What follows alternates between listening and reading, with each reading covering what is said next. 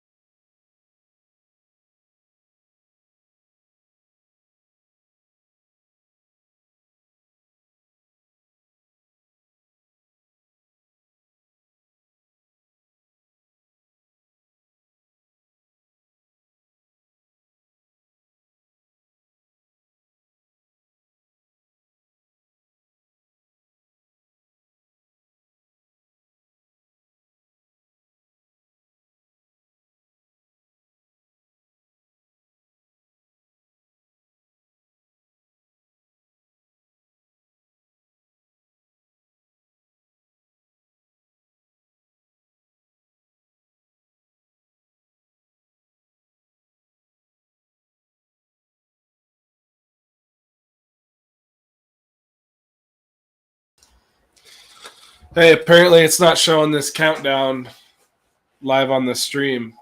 Oh, well, then let's just shut it down and quit looking stupid staring at that's weird. Last week it worked. Well, I guess technology doesn't work sometimes when you plan it to work out. But hey, what's up, everybody? This is Nick here from N2 Media, and alongside, as always, Tyson McCallum, Recruit Radar Pacific Northwest, and welcome to the Pigskin Prophets. We are proudly joined tonight by a couple of really high-profile coaches there from the, well, let's say North Tacoma, South Seattle area. Got Coach Deontae Cooper of the Highline Pirates and Coach Corey Sampson of the Rainier Beach Vikings. Gentlemen, thank you for taking some time out of your busy evening schedules to talk some football with us here tonight. Thank you. Thanks for having me. Or having us. Oh, absolutely. So last week, we had a chance to do a season preview of the, good teams around the state of Washington and kind of recap, where everybody finished last year and, how that can kind of create some momentum heading into this season. Tyson's put out some top 10 rankings, and Coach Cooper, we'll just start with you. He likes you guys down there in the top 10, filling it up at number 10. I told him that there's no way that you guys should be ranked behind a team that you beat last season in Washougal. So why don't you tell him why he's wrong and why you're paying attention to where you're ranked at heading into this season, if at all. Well, I'll first say this. We saw it. We scratched our heads when we saw it, but Tyson, I know this is when you do rankings, it's opinion based, right? So you have those opinions, and if I was to do a rankings, my rankings probably look different and favor other schools, but that's okay. I think about it when you look at rankings and you talk about it, you hear a lot of stuff from a lot of people like, "Oh, we don't look at rankings. Rankings don't matter," and that's such like a false narrative that people paint, right? Because when we get to week 10, rankings matter to everybody. So people say, "Oh, we don't know about those rankings." We do, and so we look at that, right? Because again, wherever you fall, it's added motivation for us. I know last year we kind of wanted to lay in the weeds. This year there's no secrets, right? We don't want to lay in the weeds. We were looking for matchups last year. This year we're not looking for matchups. We don't care. We don't care. We don't care about the matchups. We don't care about what it is. And I think, the body of work, the kids, they've given this school, this program, this staff confidence in life. So, it's early, but when week 10 gets here, I'm sure. Devin, Tyson, you got something there for? No, Coach? I mean, I think I said on that last show, once it got after Linden, I felt like I could have arranged like 2 through 14 in pretty much any fashion on the board. And I mean, obviously very aware of you guys. And I think, like you said, by week 10, this is early in the year to where, Nick, you kind of put me on the hot seat for this one, but this is early in the year to the point that, I mean, I think any of these 10 teams, we talked about 2A a little bit more last week, and any of these 10 teams have a legit shot to be there in the end. So it's all a crapshoot, like I've said kind of before. And obviously no disrespect to you guys, because I saw what you did last year for sure. We don't take it as disrespect. We're fine. We break all of that. And we got to consistently but earn the right to be ranked. And, as we continue to do this, we'll earn that right. Coach Sampson, you guys had a pretty good season overall last year, coming into this year again in the Metro League. No secret on how tough that league is. We've probably talked, several times last year that it's, probably top to bottom the toughest league that you'll find in the state of Washington. And you guys had some really good wins last season. Ultimately, fell short in the playoffs, but you got a good team coming back this year. What's your motivation coming into the first week of the season? We go out there and play hard. We're young, what I'm saying? We have a lot of expectations, what I'm saying? I mean, we're Beach, so, we got to carry swag like we're Beach, we don't care about rankings. We probably haven't been ranked in the top 10 start of the season since who knows when. It's how you finish. We run a gauntlet. You go Eastside, O'Day, Garfield, Seattle Prep, whatever it is. We're not looking to be the top team in the state, but we're looking to be one of the top teams in the state. So I mean, I'm looking forward to have another good season like we always do. Play hard, play physical football, and finish somewhere, and hopefully at the end of the year get a good ranking in the state, because usually we get like an 8 or 9 ranking just because of the league that we're in. So I think it's not favorable for us playing Eastside Catholic and O'Day losing, but it is what it is, man. We get in the playoffs, and we play some tough teams all year, and anything goes in the playoffs. I'll go right back to you, Coach Sampson, and then Coach Cooper, I'll have you follow it up real quick. But what are the key differences in your guys' teams this season, coming into week 1 versus what you saw maybe at the very tail end of last year's teams? Last year's team, we're a big physical team. We like to run the ball. There's no secret. We got big guy. We ran behind Scott Trey Humphreys. We had a lot of talent that played a lot of games. This year, we're trying to find our identity with the offensive line and with a new quarterback. We got a lot of great skills that'll be good. So we just got to find our identity. Are we going to be a big physical team that can run the ball, or are we going to be a team that can pass the ball? We try to mix it up at 60-40, either pass, run pass, whatever it is. We're just trying to figure out who we're going to be by the time we get to week 3 or week 2. Coach Cooper, same question. Yeah, I think one thing actually about my team, right, is we're veteran in culture. We're veteran in we know who we want to be in terms of our identity. We got a lot of veteran leadership on the perimeter, and then also we bring back a lot of guys in the trenches. We graduated one lineman last year that played a significant time for us here at Highline, but we're confident in the group that we have. And think about it. This is my first class that I got from start to finish, and so I'm really excited to see these guys through. And I kind of watch them, take hold of this season, because ultimately this is their team. So I'm excited to kind of watch them go out and put a stamp on our time together.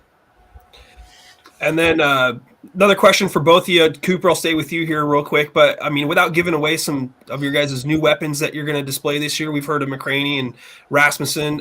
Maybe there's some other guys on your squad that deserve some notoriety and, some scouts' eyes. Yeah, we don't talk a lot, but, Jermaine Matthews Jr., senior tailback that comes back, played a lot of time here. Doesn't get a lot of the praise, but he's probably one of the top backs in the state. When you kind of compare him to other people, he's strong, he's physical, 5'11", 180 pounds. He's going to tote the rock. We got Nat Clay, who's just, when you talk about a guy, first one in the building, last one to leave, he's one of those guys, been in the program for 3+ years now. And then, Adam Estrada, another guy who's just gotten better every single year. And I'll be kicking myself in the foot if I didn't talk about some of those guys up front. Gabriel Tatua, who's going to be anchoring the D-line and O-line. And you got TJ Atufa, and you got Craig and Nathan and Jordan Hing, who Jordan really is, not the 6'4" guy, but probably one of our better guys in the trenches, given his size, right, pound per pound. And then Coach Sampson, same question for you. Humphrey last year, as you mentioned just a couple moments ago, really carried the load for you guys. Who are some names that you guys are going to be dependent on, and some young guys who have a chance to showcase their skills this year? Damari King, Marmar. He started last year as a freshman. Had about 5 picks, all league running back / receiver. He can get out in the perimeter like our Swiss Army knife. He'll play some running back, some F and some X. Xavion Watkins is another cat that played in last year too as well. Oteka, freshman All-American. So, we have some guys that can go. Nyree Ballard, 6'4" corner, who can play receiver too as well. Who else? Ray Proctor, a 2-year starter. Marcel Barnes, 2-year starters at linebacker. So they'll anchor the middle, man, and we'll just try to hold it down on defense for a while until we get our offense clicking and running right. And then Tyson, you got anything there for each coaches? Piggybacking off of players coming back, obviously, Sampson, you've got new quarterback. I don't know if you've made a decision on who it's going to be, or if you don't want to make that decision till the first series on Friday. Yeah, it'll be a young guy. It'll be a guy. His eyes will be wide open, but he have enough weapons that we'll put him in a situation for him to be successful. Of course, first varsity game, he's coming out. He's going to have big eye. The band's going to be loud. I'm sure Coach Coop's going to have everybody in SeaTac area there booing us. So he's going to come out there with wide eyes. So we talk to him and try to calm him down and let him know, hey, you don't got to win the game. We just need for you to manage the game. Sure. So hopefully put him in a situation where he don't think that he has to win the game for it. Just manage. We got enough playmakers. They can win the game for you. Well, and Coach Cooper, you've got a young quarterback too. I wouldn't call it he's seasoned at this point, but he's still only going into his junior year. Curious to see how he's, how's he grown over the summer compared to last year that you've seen so far? Yeah, I think and Coach Sam could probably talk to this, but whenever you can keep a staff together, and continue to kind of, speak the same language, it does not just your team, but especially your quarterback. It does him a great service, right? So Ronan's had one QB coach. He's had one offensive system his 3 years of quarterback here. And it's been cool to see his evolution from freshman year to sophomore year to his junior year, and now having a seasoned group on the perimeter. It's been cool to kind of see him be a real general of our offense, right? And understand, what the offensive coordinator wants to call, what we want to do in certain situations, what we're looking for in terms of coverage. So it's been cool to see him kind of grow up in that aspect of it. So yeah, I'm excited to see him, do it under live bullets. Yeah, for sure. No, not many kids are going to be 4-year starters by the time it's all said and done. So I'm sure by his junior year, you'll see leaps and bounds of a different player than he was even 2 years ago. But Nick, you want to move on to the next one there? Yeah, absolutely. I don't really know the dynamic between your guys' relationships, maybe off the field, but if you guys just want to talk a little bit about like your relationship and then what this matchup means to each one of you heading into week number 1, a chance to pick up a statement win right away in the season.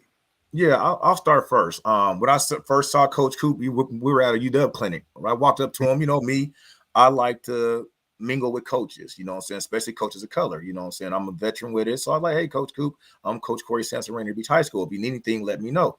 Exchange numbers with him, and we've been talking and texting ever since then. We sit at the coaches clinic together, just talk football, talk ball. He had the same passion I got. It ain't me versus him. It's us together trying to groom him as a coach and learn from him, and he can learn from me things about the coaching era. So that's how we became just talking about it, just mingling, and just be, a good relationship, a great relationship. Actually, it's more like, hey, you got a program. If you need anything to help with your program, I'll help you. You help me. I see a lot of myself in Coach Coop and what he's doing with his program. Coach Cooper, does that make you, smile ear to ear hearing Coach Sampson talk about that? Yeah, I feel good because you got to think about it, man. Coach Sampson is an OG, and when we think about just kind of the coaching landscape of Washington, right? Has a strong reputation of doing so much with so little, and that really speaks to the caliber of coach you are, right? When you can reload year after year and be competitive in the Metro, when you're playing a team like Eastside Catholic, O'Day, and the list goes on, and that thing gets re-tiered and restructured based on wins, and for you to stay in the top tier year after year after year after year, that's a testament to who you are, right? As a coach. Now, as a person, right? Coach Sampson you forget about coaching. I just enjoy. We had a conversation the other day. I mean, it was me and him on the phone talking to his son, right? Having a conversation. I don't even think we talked about ball in terms of us competing, right? So I'm excited about this because one, it's Coach Sampson is one of those historic coaches like Sheldon Cross was, right? When you want to get one of those wins. Yeah. We didn't get it, but he's one of those guys, man. And I'll tell you this, it's not a lot of schools wanted to schedule me. So when I was like, okay, let's do this, I get to play at a school like Rainier Beach. That'd be a great win. Now, complete respect for Coach Sampson, but we want to win the game. We want to win the game too. So hey, well, definitely, that's why we schedule it. He want to kick the hell out of me, but in the day we're gonna shake hands, we're gonna talk about it, we're gonna get each other better and get ready for the playoff run. You know what I'm saying? We're not out here trying to knock each other teeth out off the field, but on the field between the lines, yeah, we're gonna play hard and compete hard. But that's part of growing up. You know what I'm saying? For you or for me or whoever it is, you got to play the big dogs to find out where you stand at when you get into the league play or get into the playoff play. Absolutely. Coach Cooper, you guys played, some big dogs yourself last year, playing Kennedy Catholic, the team that ended up finishing second in state, and not by very much. This doesn't really sound like that this is going to be a one-off with you guys, and the relationship that you're describing here. Is this possibly a game that we might start to see, traditionally year in and year out, or is that something that you guys would consider? Absolutely. For me, we want to play tough out of conference games, right? I think, as we start to kind of move forward here at Highline, what we want to do is we want to schedule 3 tough non-out of conference games. I wish it let us put it back to back week 1, 2, and 3, but we want to go get an NWC school in the 2A. We want them on the schedule, and it doesn't matter who. We want one of them on the schedule. We want a Metro team on the schedule, and then, whoever else we can get. And I wish they would let us do it year in and year out so we can, filter out some of the schools that provide good matchups outside of our league. Because again, when it comes down to those rankings, you need to have schools in those conferences that you're playing that are considered top teams that you compete against, so they can do a fair evaluation of where you rank up at. So we want schools like that. We want to play that brand of football and introduce our kids to it early, right? We don't want to wait till week 10, week 11 to see that style. So that's something we want to do. Every year we're going to seek out trying to play the best out of conference schedule that we can. And, again, that's what I respect about Coach Samp. That's what he does year in and year out. He wants to play the best people, right? He wants to play the best schools. And so I respect that about him. And it doesn't matter what year, it doesn't matter who he has on the roster. He wants the best. And that's kind of the formula that I'm trying to emulate here at Highline. Speaking of non-conference, I was wondering if you two might divulge to us, other than picking Highline and picking Rainier Beach to win the state championship this year, who are the teams that you each have circled in your own respective classifications that you look at and you think, hey, this team probably has a lot of the tools that a state championship team should have? I'll go first on that, Coach. Yeah. You look down the line, you got Bellevue. You know what I'm saying? They run the wing T. They're a powerhouse team. Played them in the playoffs. Yelm, they're a great team. They won a championship last year. To be honest with you, any of the top 4 teams from Metro can get there. Yeah. So I mean, you know, and then you'll get a team from Eastern Washington. They'll get there. We lost to Kennewick by 1 point last year. They're a tough team. So, you know, there's a few 5 different teams that I feel. There's a Garfield team, you know what I'm saying? They beat the state champion 4A last year. So, I mean, it's like any given Sunday, you know what I'm saying? You got to bring your A game. And then Coach Cooper for the 2A class. Yeah, it's clear for me. I've watched a lot of film, a lot of teams. I got Seahome. If I had to say a team that was outside of Highline, I'll say Seahome. Wow, that's Seahome. That's a pretty under the radar selection there. What do you like about Seahome from an outsider's perspective? Well, you know, I just again watched a lot of film on them last year. They played a very competitive game against Linden. I don't think a lot of people know that. We saw that. Yeah, it was a close game. They dominated them for a lot of the portion of the game, actually. Right, and so they played a very tough game there. And then, you know, I don't know the details of it, but I think they got robbed out of a playoff spot because they had forfeited a game or something like that, and they lost the spot. But that's a competitive team that a lot of people aren't talking about. And I wouldn't be surprised to see them in the Final Four because they will be competitive. So that's a team for sure that, you know, I haven't slept on. Oh, they drug Anacortes up and down the field for 2.5 quarters in that game last year too, and starting a freshman quarterback. They definitely they've got the gusto to. The only hard part is that conference only getting 2 bids. We talked a little bit about that last week. That's that's tough sledding for anybody that loses more than once. But no, those are both. Seahome is a team that I think is on the dark horse list for pretty much everybody as far as guys that we've talked to in the last couple of weeks, but they aren't really quite receiving that love yet. It'd be interesting to see how their season goes down. New head coach too. I'm not going to speak for everybody here, but I don't think that there's going to be too many people outside of the Northwest Conference that are going to cry too hard about only 2 of the teams getting in because they're very high quality year in and year out. But I just had another one here for you guys real quick. You know, other than getting yourselves in trouble and saying that like you got, you know, a monetary bet between you two, do you guys got anything on the side that you guys have been talking about on, you know, what besides bragging rights maybe on the winner of this game? No, we really ain't talked about that. I mean, we really, we haven't really talked about it all year, actually. You know, we talked about my son last time I talked to him. You know, I kind of just let him have his space right now.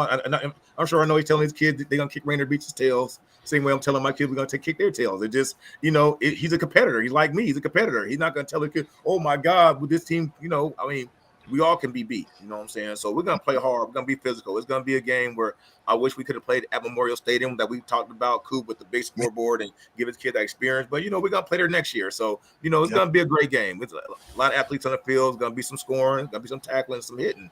And it's going to be a great game. When to come watch out. See. Tyson, you got any other questions there? You guys happen to know if it's being televised by anybody, like NFHS, or you guys got a broadcast club there at Highline? I don't think it's going to look like that. Maybe televised by NFHS. I'm not sure. You know, I typically don't even hear about that stuff. I kind of I'll find out the day of and say, hey, come up, my auntie wants to watch the game, and then I'll say, go talk to the AD. She'll be sure. So, sometimes, as I found last year, it's even if it is broadcast, you may not see the game very well. Yeah. When it comes to game time, you guys got, you know, I don't know if this goes back to when you both played collegiate ball, obviously.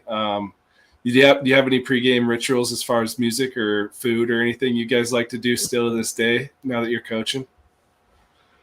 I do. I mean, I do. I'll play my music. I'll play my Lil Wayne songs. I'll give me a Red Bull and some M&Ms, and I sit on the same spot on the bus every road trip. And the kids know, don't sit in my spot. I'll sit in the back seat, and I'll just, you know, I'll get to myself, and I'll just, you know, get in my zone and close my eyes and just, you know, boom. And then I'll take a picture of my team on a bus and say business trip and put it on Twitter. mm-hmm. You know what I'm saying? So that's my ritual that I do, you know, always. I keep it simple, man. I come out with the shades and make sure I'm stocked up on my candy. And, man, just that's really simple. That's really it. Just my candy and my shades and, you know, and kind of just some time to myself to just lock in and focus and kind of think about the game, but nothing too crazy.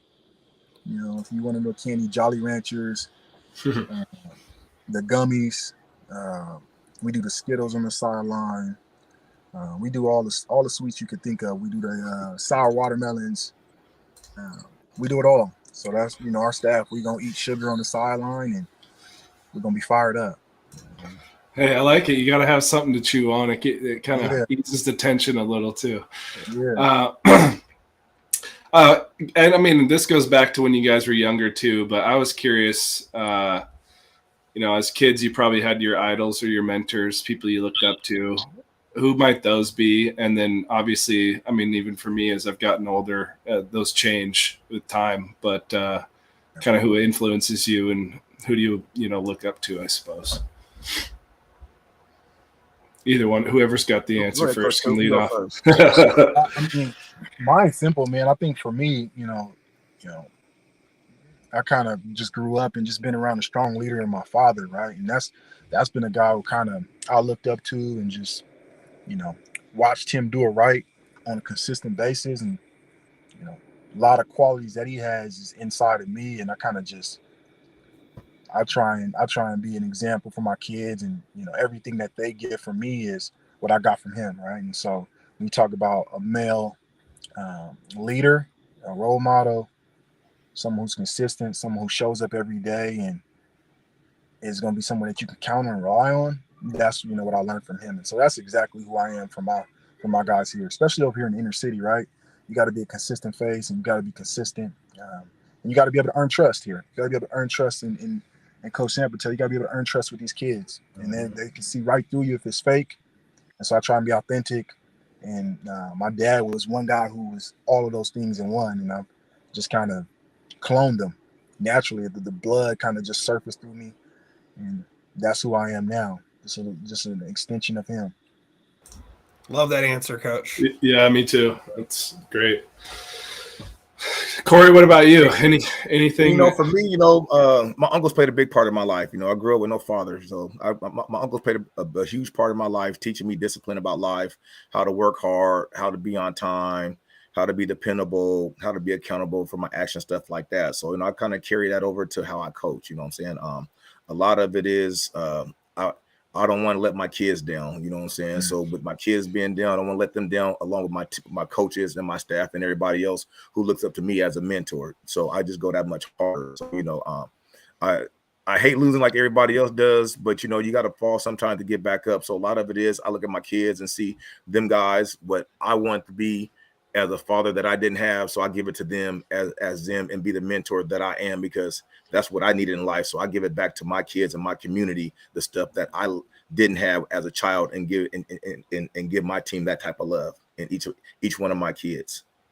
I love both those answers, because it you can tell it's authentic and comes from your guys' heart. I'd say the passion that is shown in both your programs, and how they've risen, and you guys are maintaining the levels that you're at, just whether your numbers are up or down every single year.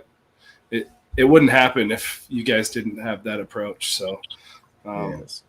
Those weren't answers I really even thought about when I first was thinking about that question, you know, directly talking about necessarily family from a sporting point of view, but someone who teaches you those core principles and you guys can pass them down. Seeing where your programs are at, it shows very much so. And that's why we're doing this. Iron sharpens iron. You know, we talk about it, you know what I'm saying? I mean, we're going to make it possible as many years as we can. And 1 year, we're going to sit down before the game and have a team dinner combined together and just break bread and just talk about things, you know what I'm saying? Especially us coming from an inner city community team where the violence is so rapid right now, you know what I'm saying? These kids get to sit down and get to talk to each other and understand that they're coming from the same background. They just play for different teams. And a lot of these kids know each other, play 7-on-7 with each other. You know, I know some of the parents. So, you know, those are things that us as inner city teams, we need to start getting together and bridging that gap, so there's not that much violence outside of the sport. Yeah, I love the concept of family for both of your answers there. You know, the men in your lives that, you know, helped raise you and, you know, make the men that are before us here today. I think that those are great examples that you guys can easily translate to the young men that you guys are teaching at your respective high schools. And I think the Highline community and the Rainier Beach community are very lucky to have both of you gentlemen. So I wanted to ask real quick, lighthearted question, but favorite sports movie and why? And I want specifically football, gentlemen. Favorite football movie.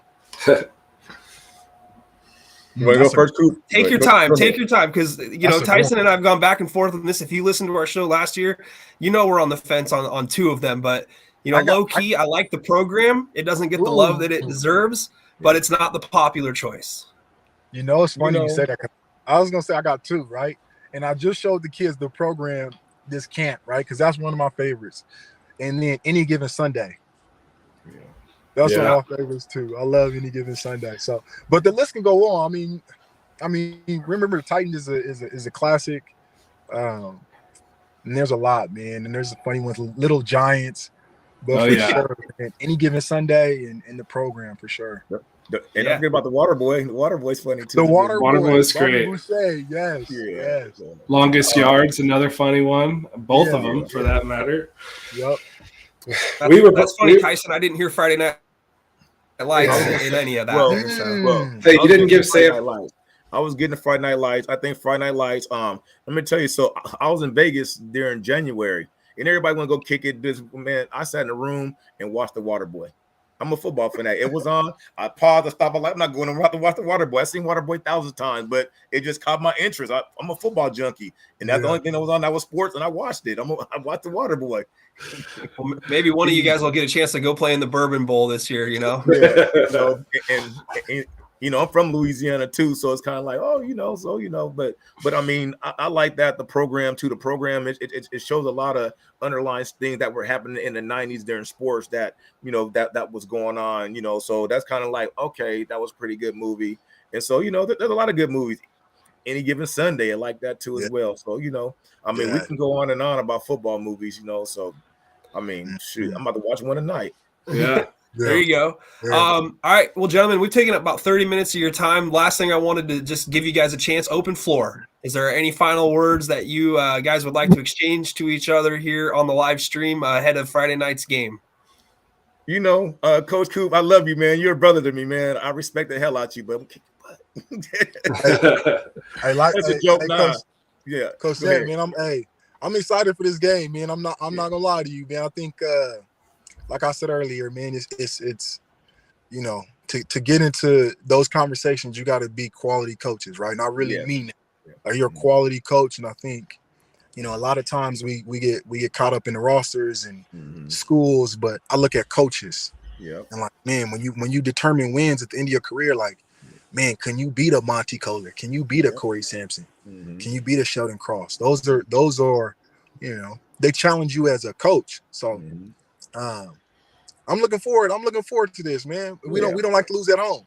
Most definitely. Hey, I respect you, your program. That's why we're doing this, man. At the end of the day, man, we're doing it for the community. Give everybody a show, man. At the end of the day, win or loss, man, there's nothing but love and respect. And Coop knows he can call me for anything he need, and I'm gonna pick up the phone and help him out. So if he kicks my butt, I'm still gonna call him up. Coop, man, why you do me like that? That's all love. Likewise. It's all love. So and good luck, man. And maybe he's in bed a bag of Skittles or something. Yeah.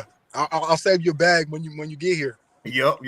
Man, that's all love, man. That's it, man. Want to see the kids, see his program win a state championship. We win a state championship, and be the first black coach in the state of Washington to win a state championship. Good shit, gentlemen. We really appreciate you guys both taking time out of your busy schedules ahead of week number 1, first football game. Probably the most important, the most butterflies. We expect, regardless of what happens this Friday, both of your teams have big wins throughout the year. And we're going to hold you to it. I mean, we love talking with you. Second year we had you guys on. We'd love to have you guys maybe on, for a mid-season report after a big win somewhere, in the middle, maybe tail end of the schedule. So, be sure to keep your calendars clear for us, and also be sure to, keep us in check, and especially Tyson with his rankings, but, Don't rank us, man. Don't rank us. Yeah, no, I'm just kidding, Tyson. You're doing a great job, bro. Yeah. Your wish is my command. No, I appreciate you guys coming on, especially together.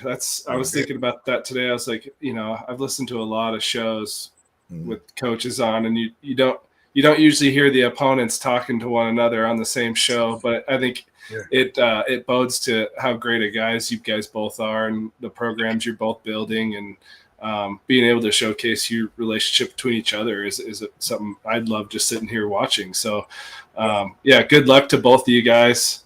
Don't take my rankings too hard. That's cool. I'm just putting you on the spot. Don't apologize to these guys, man. They already know that they're better than what we write down. Hey, this ain't our first rodeo, man. Yeah. Hey. When I first started, it was ranked like 53, man. You're fine. This is we're miles ahead of that, man. You're fine. I'm not worried about it. My team was state championship in 2018, wasn't ranked in the top 10 the whole year, and we were undefeated. I mean, we were 10-1 or 9-1 or something like that. So, I mean, rankings don't mean nothing. You got to put on the pads and play, man. I hear a lot of teams, they're supposed to be the number one team in the state until they put on pads, they be 4-6, so 7-5 or whatever it is. That don't matter. You got to play, man, between the lines. So, me, I want to be the number one team at the end of the year. And simple as that. Hey, and I'm fine with you guys using me as bulletin board material if you ever need it. Both you guys are probably some of my favorite people we've talked to, and I'm just an armchair quarterback, so it means nothing at the end of the day. All right, everybody, this is Coach Deontae Cooper of the Highline Pirates and Coach Corey Sampson of the Rainier Beach Vikings. Two awesome nicknames, by the way. Thank you, gentlemen, so much. You guys are the game of the week for us here in week number 1, and we're going to go through about 20 games total. And we'll pick your guys' game last. So if you guys want to come on back in and see how we feel, who the winner is going to be, we aren't going to tell you to your face, unfortunately. I don't want to see it. I don't want to see it. Wow. No, wow. Oh, wow. They're going to bamboozle us. Yeah. Hey, thanks, Nick Tyson. You're going to build the suspense, huh? Hey, that's called a teaser. It's a cliffhanger. I'm sure Softy's educated a lot of people on that over the years. Yeah. All right, Coach Coop, man. I'll see you Friday, man. You guys have a nice couple of days, and let's get it. Let's get it Friday. All right, Coach. I'll see you then. I'll see you later. Good luck on the season, fellas. Thanks, gentlemen. Appreciate you. All right, that was, of course, Deontae Cooper and Coach Corey Sampson. I had a lot of fun with that interview there, Tyson. It was really cool getting a chance to talk to him. I got to tell you what, I mean, as a father, I kind of choked up a little bit there. I was hiding it a little bit here. First Coach Cooper starts with talking about his dad, being a role model, and then Corey comes in right behind it, with the uncle.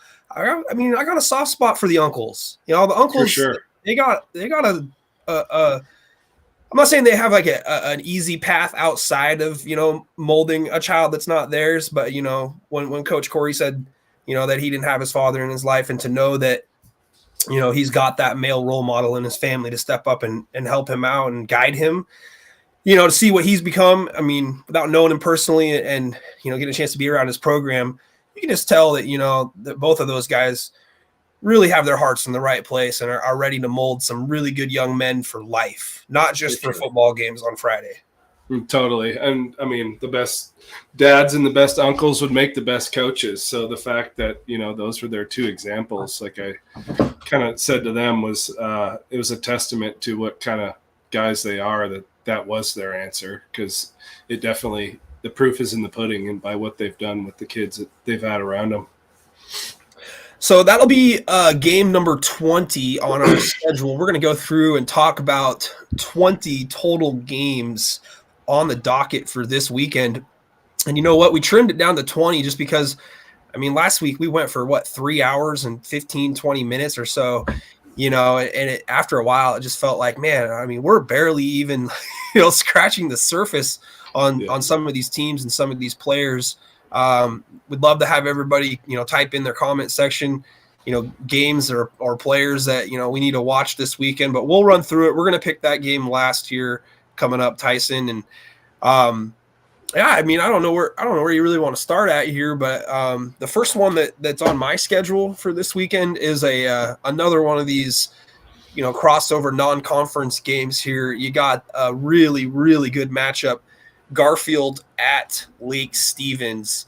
And, Garfield won last year at home against the 4A state champions, just like Coach Sampson said, and Garfield's no stranger to Coach Sampson and Rainier Beach playing in that Metro League there. And the big reason why Garfield is good is, they've got a quarterback in Kamanong, and, They're going to be all that Lake Stevens can handle. They're going to go on the road this year. Lake Stevens is kind of, I don't know. They're not in that fringe area for me yet. I think that they're still really, really, really, really good, but they're almost in like that rebuild, area here. They got Jay-Sean Lemar, obviously, but not a ton of starters returning overall for Lake Stevens. And I don't know what to really make of this game, but I do like Garfield going into this matchup. What about you? Yeah, I agree. Lake Stevens had a young quarterback last year that they got to season, obviously with one of the best running backs in the country playing by his side. Is Lamar's little brother isn't, not much of a drop-off there, but now there's not two of them, so that makes a difference. I know they still have quite a bit of talent up and down that roster, a few big kids and kids in the secondary. But Garfield, being that they beat them last year and they picked up Clark from Federal Way, who's committed to Cal with Camanong to go play. And then, they've got a couple track stars and Coach Witherspoon's boys. I think they're just going to have too much team speed overall for Lake Stevens, and I picked him too. He's not here, but I've got his picks, and Devin also picked Garfield. So we have Garfield in a sweep over Lake Stevens. Yeah, I mean, I just look at the start that Lake Stevens had last year, kind of slow, their footing underneath of them, and ultimately went on a run. I thought that the 3A class was slightly better last year overall than the 4A class, and I think that the same could potentially be said for this year as well. So, I mean, yeah, that's ultimately the reason why I went with Garfield is the difference that Clark is going to bring there as well. And, a good target for Camanong on the early parts of the season. And I just think Lake Stevens has got, they're coming off of a state championship win. They really got nothing to lose in this game because it's a non-conference game. I think Garfield has got a lot to gain in this game, if you ask me. So. Yeah, definitely. It's kind of just the same scenario as last year. Obviously, Garfield plays in such a tough league. To come out of that unscathed is almost unheard of most years. Where Lake Stevens, I'd say they even have just at first glance anyways, until we see a couple weeks football, I would say they probably have a pretty clean slate and should be a scathe-free run through their league. So as far as playoff implications go for a team like Garfield, this could really help elevate them above, say, another, couple other teams come bracket time. All right. So Garfield picked by all three of us. Again, Devin, our third prophet, could not make it in tonight. Devin, thanks for being around and watching on the live stream. We appreciate it, and we appreciate you also giving us your picks. So next we got another really, really good game. It's the second game that I got on my list, at least, and it's a battle of 4A SPSL teams, the Puyallup Vikings against Emerald Ridge. Man, I mean, it doesn't get much harder for a league game right away in the state of Washington. And you got two really good teams, and Emerald Ridge, obviously with Jake Skokel, they seem to be the team that's ready to go. They got a running back that we talked about last week added into the fray. I think that Emerald Ridge is, in position here at home to get, I always say give the home team about 3 points. Last year the game was 29-28 Puyallup at Puyallup. So, I mean, Emerald Ridge is going to have revenge on their mind. They didn't lose too many games last year, and this is one that they're going to want to get back and start off week one with a victory. So I'm going Emerald Ridge here in this one. Yeah, I agree. I'd say overall Puyallup lost more than Emerald Ridge did this last season. Two kids in the secondary that both ended up D1 players. One I believe went to Air Force, and then the other one's over at Idaho in Wyatt Gordon. And one of probably the best secondary players, I'd say, in the state last year as far as just being all over the field. So given that Emerald Ridge, their receivers are back, they added Navarre Dixon from Lincoln. I think they're going to win this one a lot more comfortably than they did last year. And Devin also has Emerald Ridge picked. So Nobody's So, breaking off the fray so far. Another clean sweep for all three of us there. Then the next game I got is Camas at home against Yelm. Man, last couple of years, this matchup would have obviously favored Camas just due to the fact that, they were an established program here in Southwest Washington. Yelm has really, really done a great job under Coach Ronquillo of turning out players and developing players. Obviously, probably the best two-way player in the state, or at least one of them, in Braden Platt, who's, set to make a decision on where he's going to go play college football at. Please let it be Oklahoma. No kidding. But, Yelm has got way more than Braden Platt, as we talked about last week on our season preview show. I think that even though that this one's down in Camas, Devin, I think you got to go with Yelm in this one. Aolona with the quarterback there, and they've got other guys on the line that are going to cause a lot of problems for the paper makers. I expect Yelm to win this one by a couple scores. Yeah, I agree. Camas is perennially a pretty solid program, but a team like Yelm, as top to bottom, balanced as they are, doesn't come around the state and be able to play together for more than 1 year like this team will. I would agree. So, Devin, we've all got Yelm. This is boring. I know. We got to get to these. It's like we got the obvious ones up first. I know we have some different takes, so we got some differing opinions. Yeah, we're getting there. Well, last year's game was Yelm 44-14. It was at Yelm in that regard, but I don't see Camas making up 30 points here in a single season against the defending 3A champs here. So you guys are wise to the wear as well. Not when you're returning a plethora of good starters like they are, that's for sure. But Braden, if you're watching, please pick Oklahoma. We don't want to see you play our Huskies every year. That's all right. All right, so the next game that I got on the list here is Kamiakin at Chiawana, an MCC showdown. Hey, just like I said with the SPSL league game starting out, and you might not find a tougher one. If there is a tougher one, this is it. Week one, both of these teams, top 10 in 4A. They got aspirations of going deep, and they both got a lot of starters returning. Chiawana's got, I think, 9 guys returning on the defensive side of the ball. And then you look at Kamiakin, they've got their entire offensive line back and looking to get the quarterback healthy. This is a tough game to pick. Last year, it was an overtime win for Chiawana by 3, 22-19. I'm going to go with the Braves of Kamiakin here in this one. Yeah, me too. I think it's going to be a close game again, though. Very much, similar to the score that was last year. Maybe a little bit more regular numbers, something like 21-17.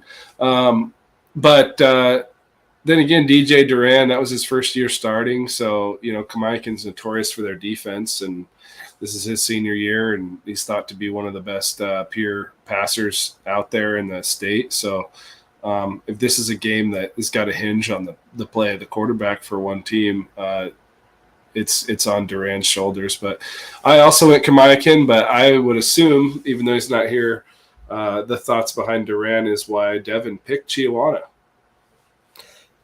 Ultimately, I really don't have a problem with that pick. No.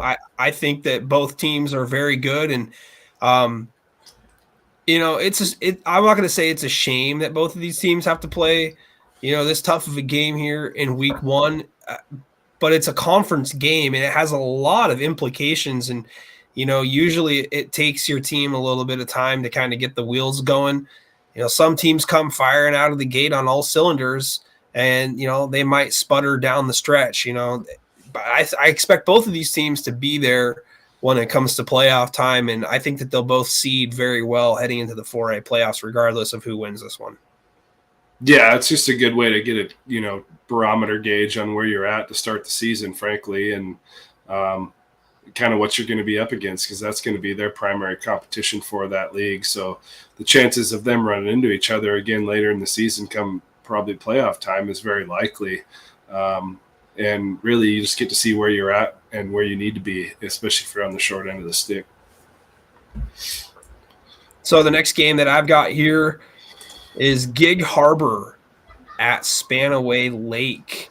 Last year, 20-0 Gig Harbor with a home victory, pitching the shutout against the Sentinels. You know, I think that Spanaway Lake is going to get them on this turnaround here. They got a team that's going to be competitive this year for sure, and you kind of wonder how those other teams in the league are going to compete when ultimately they go up against like the Yelms of the world. I mean, Peninsula and Gig Harbor were kind of right there last season. You could kind of throw Timberline in that mix, but Spanaway Lake might be that team this year that kind of, you know, messes some things up. What say you?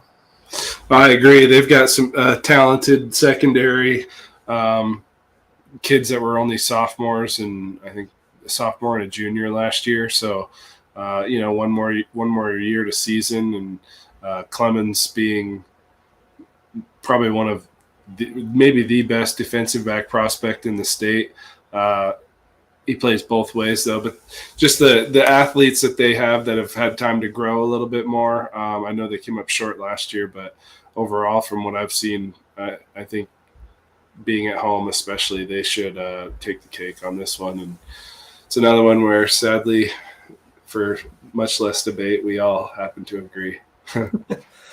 Well, you know, I'm wary about Gig Harbor here only because, you know, last year they ended the season on, you know, such a sour note, you know, leading 34-10 in the opening round of the playoffs, in the 3A playoffs on the road against Kelso, you know, blowing a 24-point lead and ultimately losing 45-34. I'm sure that they're, you know, chomping at the bit to get out there, but in week one, you wonder if there's going to be kind of a hangover from last season and going into this year. And that's why I'm a little bit more lenient towards Spanaway Lake here in this one. I think Gig Harbor's, you know, anxious to get out there, but that could work against you in some regards as well in week one. Yeah, definitely, especially against an interleague opponent. All right. Next one I got here, Tyson, is Olympia and Curtis. I almost called you Curtis because I was looking at the name, but last year, man, super close game. Another one of those SPSL league games starting it out. 35-34, Curtis on the road last year defeated Olympia. And then this year it's at Curtis. And, you know, Curtis is pretty highly ranked overall when it comes to the Max Preps rankings. I like Curtis this weekend. What do you like about Curtis?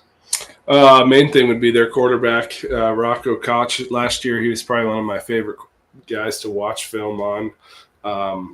You know, he's 6'2", 200. He's put together well. He runs hard. He runs like a running back, but he has a good enough arm, and he makes plenty of plays through the air. He's probably one of the most underrated quarterbacks out there in the class of 24 as far as everything I've seen. But just an overall gamer, you know, you can tell he's tough, and I'm a guy who likes to look at individual players when it comes to looking at these matchups. I know it's a team game, but I think he'll have the most influence on this game. And whether it's a 1-point difference like last year, or, you know, they win it a little bit more comfortably at home, I expect Koch and Curtis to handle them. Did we get Devin's pick, by the way, for the Gig Harbor Spanaway Lake game? I guess I could probably pull it up too here. It was all three of us, Spanaway Lake, and then for this one, it happens to be that we all three have Curtis. Yeah, this is boring. Okay, I think it's going to get a little bit different here. All right, Kelso at Timberline. Last season, the Kelso Highlanders went 3-0 against South Sound Conference opponents. They took down Timberline at home 23-7 in the season opener last year. They also took down Capital, and then I just mentioned a little bit ago they took down Gig Harbor in the postseason. You know, there's a big matchup here in this one that we're both looking forward to, and for Kelso, it revolves around Oregon State Beaver recruit Peyton Stewart. And Stewart had a huge game last year on the defensive side of the ball, recording a safety against Timberline. This time the venue is changed up north in Lacey, but I don't think the result changes in this one. The Kelso Highlanders are still going to feature Tucker Amrine at quarterback and still coached by his father, Steve Amrine. Kelso is one of those teams that doesn't really look to rebuild. They more or less just reload. It's a good system that they've got at Kelso. They really like to run the pistol veer and some speed option out of that. They will push the ball down the field, and it's going to be running back by committee, but it's going to be defensive line and offensive line led by Peyton Stewart. And I think that he is able to cause enough havoc here in this one. I expect another low scoring game, though. I think Kelso ekes this one out on the road. This one was probably my toughest game to pick on the schedule, but looking at individual type performances, you mentioned Peyton Stewart, but the one guy that I think could cause problems for Amrine, which one of my favorite quarterbacks in the class of 2025 is Tucker. But Daryl Gibson Jr., I don't know if you've seen that guy, but he doesn't look like your average high schooler. 6'3", 240 coming off the edge. He's chiseled like a Greek Julius god Campbell almost. from Remember the Titans. Yeah, or, he definitely. He looks kind of like Julian Peterson or something that used to play for the Seahawks. Just lanky, put stacked muscles on muscles, and he's going to play the edge. So I imagine, unless they flip him to the other side of the field to get away from Stewart, he's going to be coming after the quarterback, and that's the kind of guy that could really disrupt an offense. So I chose Timberline in that one, but again, probably the toughest game that I had the hardest time picking out of this entire slate. And Devin also, I believe, went with Timberline. Timberline. Timberline, Kelso, Timberline for Devin. So that's second one we've actually had a disagreement on so far. That's all right. I'm happy that you guys are both going to be wrong. So it's a long season. Makes it easier. Yeah. This next game, I actually thought about for quite a while. On paper, it probably doesn't sound like it's going to be that close of a game, but both teams moved on from quite a few players. And it's a good old-fashioned rivalry game from up north in the Northwest Conference. It is the Ferndale Eagles against the Linden Lions, and this one's going to be at Linden. Look, Tyson, I can go over the numbers with you real quick if you want to hear them. I doubt it's going to change your mind on your pick here, though. But Linden has reeled off 24 straight wins and 2 consecutive state championships. They beat Ferndale last year 24-7. But the last team that managed to knock off the Linden Lions were the Ferndale Golden Eagles, and that was 35-25 back on September the 10th, 2 years ago. Not sure if Ferndale is up to the task here in this one, but like I talked about last week with you on our season preview, with the Northwest Conference losing that one bid, I'm not so sure it's a clear path to the postseason for Linden this year, considering the improvement of Cedro Woolley, the improvement of Anacortes, and like what Coach Cooper said to back up what Devin was talking about with Seaholm, it looks like that, the Mariners of Seaholm are on Coach Cooper's radar. I still ultimately picked Linden in this game because Ferndale is also moving on from a lot of players from last year's team. But man, I'm really interested to see how Linden's season goes, and this will do a lot to, I guess, ease my worries or anybody else's worries about how good their team's going to be depending on this result this weekend. Yeah, definitely. Ferndale lost two guys to UW. They've still got a stud in Walker, who just committed to Eastern last week. But outside of that, I don't. Who else am I leaving out? Isaiah Carlson, who ended up at UCLA. So they lost 3 guys to what was at the time Pac-12 schools. What's that?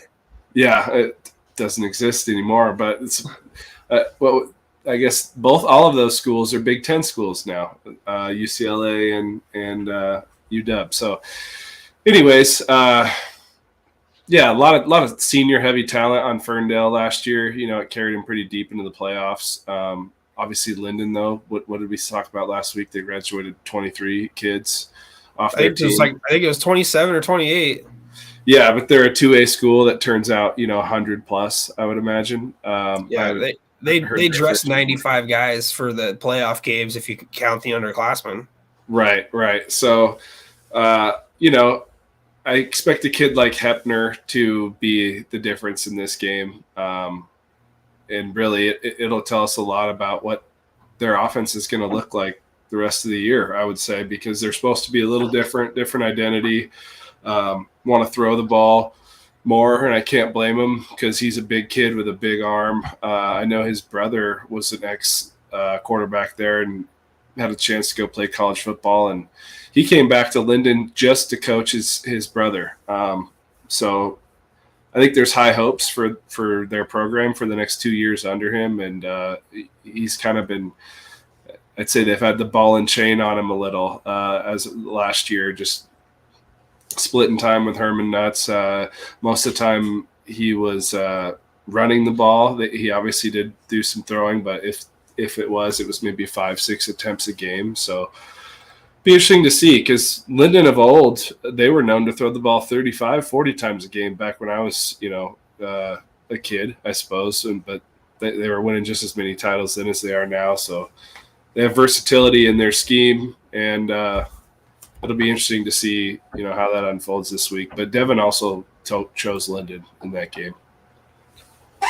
So none of us have the guts to pick the Eagles here in this one?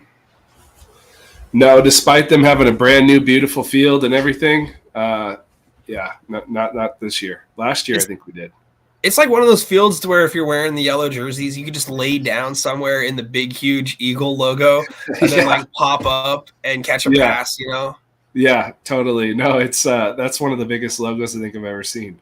It's definitely got that camouflage vibe to it, When I first saw it, it kind of reminded me of the Oregon basketball court a little bit, Especially with the perimeter. Yeah, in that regard, I know it's like a different color concept, but good on Ferndale, man. I'm sure that they're real excited. This game, by the way, won't be played on that turf. I'm just, looking down the road, I guess, to see what that's going to look like for them. I mean, I'm sure that they're excited. Stanwood better keep their eye on Ferndale this year. I know that you like Stanwood a lot and some others around the state do. By the way, we don't have Stanwood's game on the docket here this week. It was just an opportunity for me to tell everybody, don't quite go away on Ferndale just yet. They're still one of those reload programs as well. Just like Linden is. They're gonna figure out a way to plug some guys in and get things rolling in the direction that they're used to moving in. So dang near any Whatcom County program has been that way when you go back far enough. But yeah, Ferndale, they were good since before the Lockers played there, but that certainly put them on the map pretty much perennially, even in their supposed down years when they may not have all the dudes. They're still a team that could knock you off your block any day. All right, moving on. Let's look at the next matchup here. Big 9 team against a CWAC 2A opponent. We got the Sunnyside Grizzlies taking on the Prosser Mustangs. And last season, it was the Stangs 20-12 with a road victory against Sunnyside. I'm not going to bullshit, anybody here. I haven't had a chance to really dig deep into Sunnyside. Prosser, they're a team that's going to consistently turn out players and, always give teams problems. I went with Prosser here on this one. They got a road victory against them last year. I see no reason to pick against them here in this one, but I'm excited to at least check Huddle and see what these two teams look like heading into week number 2, Tyson. Prosser, I think, is going to be out for blood all year. Losing late in the season to Ephrata last year knocked them out of there, being a perennial program as well from state. And I did see some clips of them at their jamboree, and they look like they have some weapons on the outside. Sunnyside has a weapon of their own in Noah McNair, who just committed to Air Force, a wide receiver. Made a lot of I think he had 12 touchdowns, over 1,000 yards receiving last year. So he's going to be a problem, but I think Prosser's going to be really hungry. I left him off the top 10. They might have been on SB Lives right down at the bottom.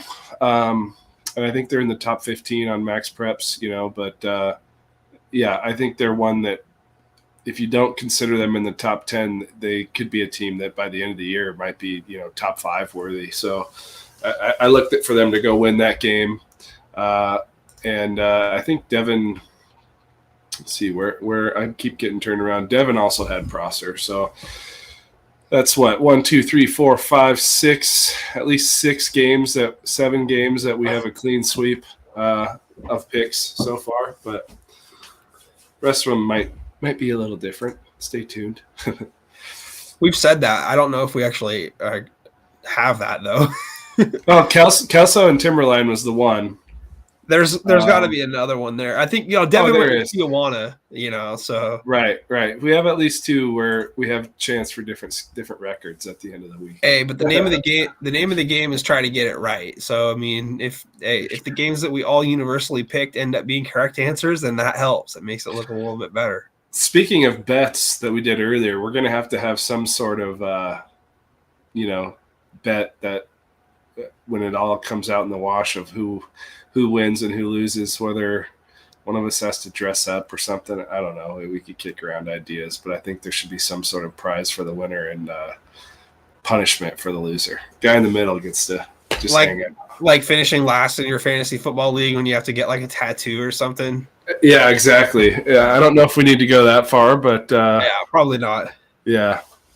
All right, let's move right along. This is the 10th game that we like here this weekend. So we're almost halfway through after this one. So Peninsula at Enumclaw. This was a super, super close game last year.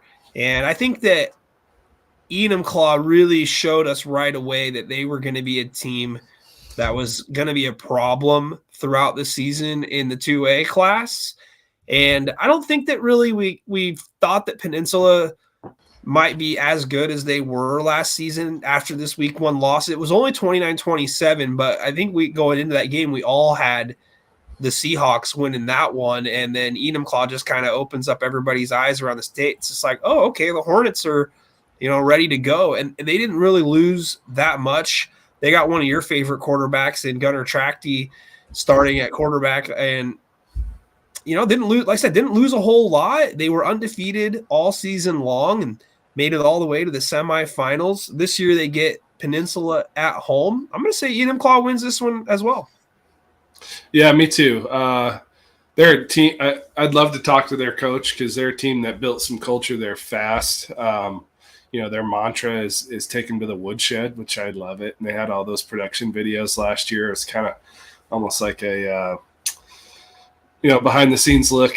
I'm trying to think of the HBO show. Hard Knocks? Yeah, Hard Knocks. It was kind of like a high school version of Hard Knocks that they had going on. And you can just really see the passion in that town. At their home games, they bring a stock trailer into the yard, or into the yard. I guess that's fitting, but into the football field. And all their big hogs, their linemen, start rattling that trailer around, and that's how they're introduced. And so they've built a fun culture. Yeah, they've built a fun culture down there. And like I said last week, Trachty, I think also as a senior, especially in the 2A class, got to be one of the most, if not the most underrated quarterback out there. 6'4", 220. I think he had 29 touchdowns, maybe threw 1 interception or 2 interceptions last year. And then we talked a little bit about that fullback last year. I called him, he's like a Don Billingsley clone. Shout out to Friday Night Lights. But rugby player, same as Tui, runs angry. He's going to get more carries this year.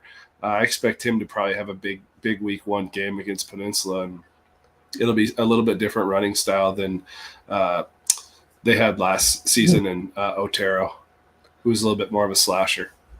Yeah, I'm still going to go with Enumclaw, like I said, but I don't think that this game is like going to be a blowout. I think it'll have I think it'll have its close competitive moments almost all the way throughout. So yeah, clean sweep I again. look forward to revisiting that one, actually.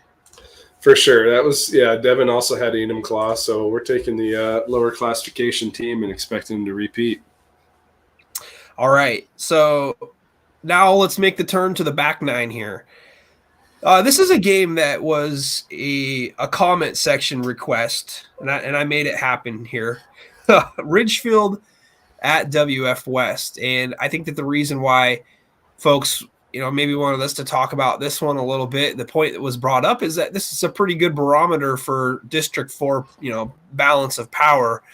I don't really see it that way as much. I feel like that the EVCO really has the power, and outside of, Washougal perhaps in the Greater St. Helens League, I think that, the EVCO probably, wins all the crossover games. I haven't seen the teams all play in person here, but going off of what we saw last year and some of the guys that are coming back to this season's teams, Ridgefield's losing one of the best middle linebackers that the state has had in Wyatt Bartroff. He's off to Eastern Oregon University to play football. The things that Ridgefield has going for them is they've got a third-year starting quarterback in Logan DeBeaumont. But, their main wide receivers that they had last season in Landon Kelsey and Isaiah Cowley are gone. Cowley graduated, and Landon Kelsey transferred to Central Catholic. We'll talk a little bit about them later on here. But, ultimately, Ridgefield's going to try to run the football here, mainly out of the inside zone and the shotgun probably. And WF West was really stout last year on the front seven, and I think that their defense is still going to be as good this year as it was last year. And even though they're going to work Brumfield in at quarterback, I really like WF West here in this game. It was 35-20 last year at Ridgefield. I'm seeing a similar neighborhood score. It could even grow to something like 38-14 here. I mean, I'm not trying to pick a blowout. Ridgefield's well coached with Scott Rice, but Ridgefield's got to have to make up some skill positions. They do have a good running back in Rocco Wright, but I think that ultimately WF West has a little bit too much. I think the barometer would be if we saw like Washougal WF West here in week one. I think that would really give us a good idea about balance of power. Yeah, for sure. Brumfield's a kid I look at that, he's going to play both ways. And last year, obviously, WF West had Gavin Fugate, and he was a great two-way player himself. But watching Brumfield, even as a sophomore, he was, I don't know, he had probably 10 plus 15 tackles in that game against Cedar Woolley in the playoffs. And I look at him to be much like Cedar Woolley's Karsten Reynolds this year. He's going to be, the majority of their offensive game plan, and on the defensive side of the ball, he's going to have his nose in everything. And he's as good a quality player as you'll find, especially at the 2A level. And I think there'll be too much in this one just because of mainly the shoulders that and the load that he's going to carry. Devin also had WF West. Yeah, I mean, the Bearcats are primed for at least a second place finish or higher. I think they have just as good a chance of winning league as they did last season. Ultimately, I mean, once you get that first one in your back pocket, you really get the confidence to take it into the next year. And I like where WF West is going this season. They're going to play Linden next week after this. I mean, I like what they're doing. I like how they're scheduling. I'm really actually looking forward to seeing how WF West season goes this year. Yeah, I think they're going to have a tougher road to winning that league. Well, it's not a game of the week, but Tumwater. We talked ourselves out of it. Yeah, Tumwater is going to be much improved. Not that they had a bad season last year, but not at all. Going through their roster, so far they're probably one of the most loaded 2A teams I can find. So that'll be an interesting one to see how it shakes out. Yep. All right. I'm going to turn the paper over because I ran out of room on the first side here. All right. I'm going to let you talk to me a little bit about these two teams here. So Eastmont taking on Meade. Last year it was a 1-point game. Meade ended up winning at Eastmont 14-13. I know that your favorite mantra is Meade has speed. Tell us a little bit about what you like from those guys. Meade graduated a lot of speed this last year. They lost a linebacker in Chris Gross, who was 6'2", 220, running 4.5. They've got a good young linebacker to play with him, that played with him. That's going to essentially, try to fill his shoes, even though he was on the field with him last year. And Braden Harvey, got a new quarterback. Their quarterback last year, Colby Danielson, was a legit 4.4 guy. 6'3", he was track star. Lost Keenan Kuntz, who I think actually ended up going to – he was originally committed to go to UW as a walk-on, and he ended up going over to WSU as a walk-on, but he was the state 4A 100-meter champion. He ran a 10.43. Johnny Tallarico, 4.5 slot receiver, went to Montana Western, I believe it was. And so, that's a lot of senior leadership and speed to basically replace. And Eastmont has a fourth-year starter in their quarterback, Luke Gale, fourth-year starter at running back. That was a close game last year where I think Meade just had a little bit more talent. But this year they're going to have to fill that talent. And Eastmont will essentially have the veteran leadership despite having to go on the road. I chose Eastmont in this game. And I think I was the only one.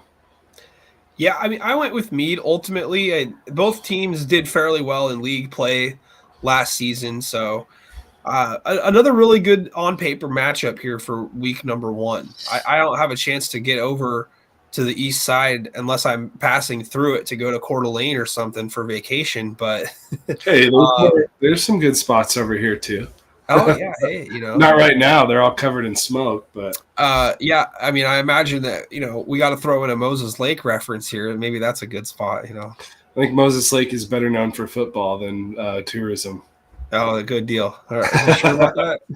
And it's where I was born, so we could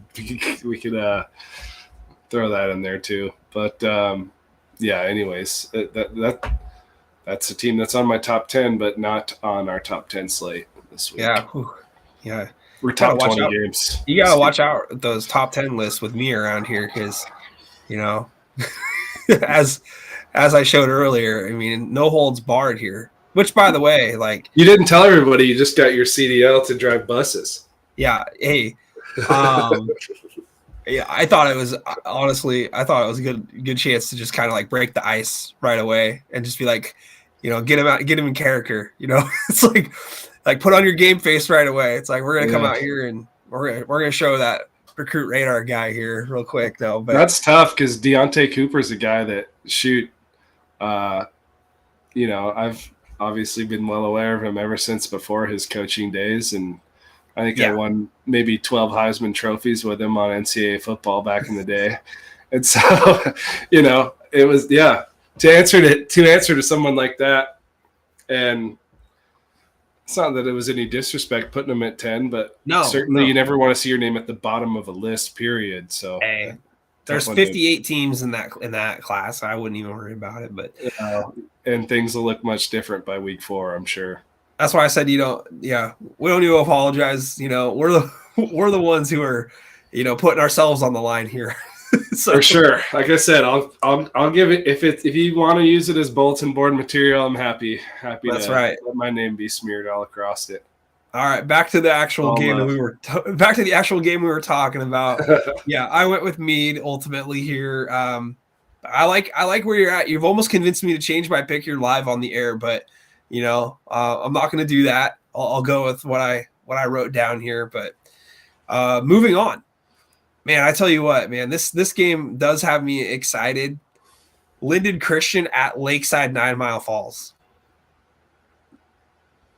That's it. The game has me excited. I think I picked them to win the state championship. I think Linden Christian has just as good a team as anybody.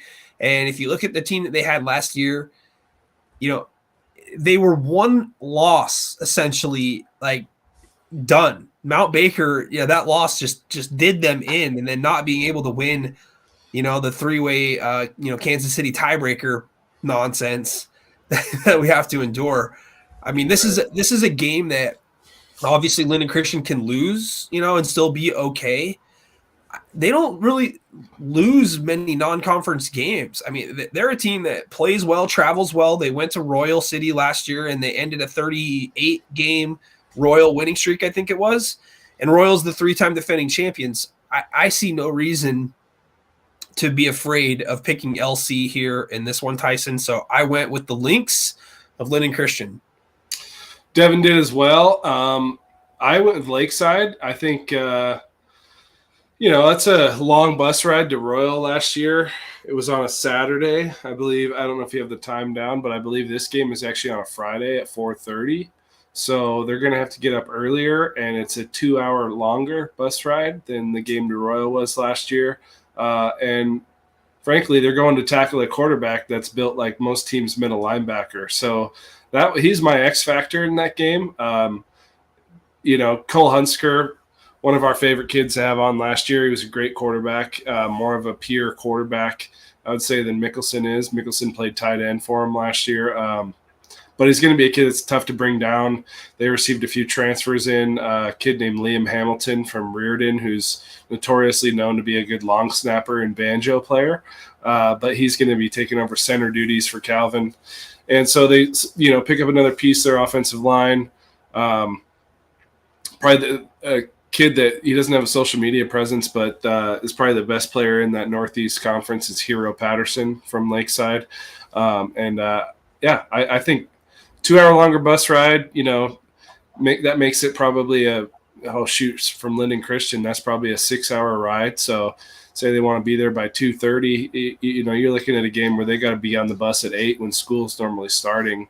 And it's not a Saturday deal where I think last year they traveled down and stayed overnight. I'm not sure about that. And I would think with school just getting started this year, that isn't necessarily the plan. So be interesting. They could have stiff legs, and when you got to tackle a 220-pound quarterback that's built the way Mickelson is, that's going to be no easy game. So I was the only one, but I chose Lakeside in this one. Devin's got Linden Christian.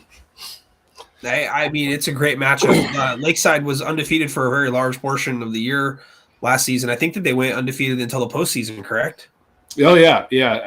And shoot, they ended up losing to Mount Baker. Mount Baker, yeah, a team that was hotter than anybody and lost in the semifinals. So that's what they have in common, is that both teams have a Mount Baker problem. Yeah, definitely, and talk about a physical team that runs the ball. That's why, it'll be an interesting matchup come that Friday, I suppose. Considering Linden Christian probably is a team that will do it in a multitude of ways, but. Be interesting to see how that new offense looks for Lakeside. Man, I'm super shocked that Devin went with Linden Christian. Didn't see that coming. Hey, he doesn't have him winning the title like you do, though. That's I know. He has another team that we'll talk about here in a little while. Not next, but yeah. Anyway, moving on. This is the 15th game, so we're almost at the 3/4 pole here.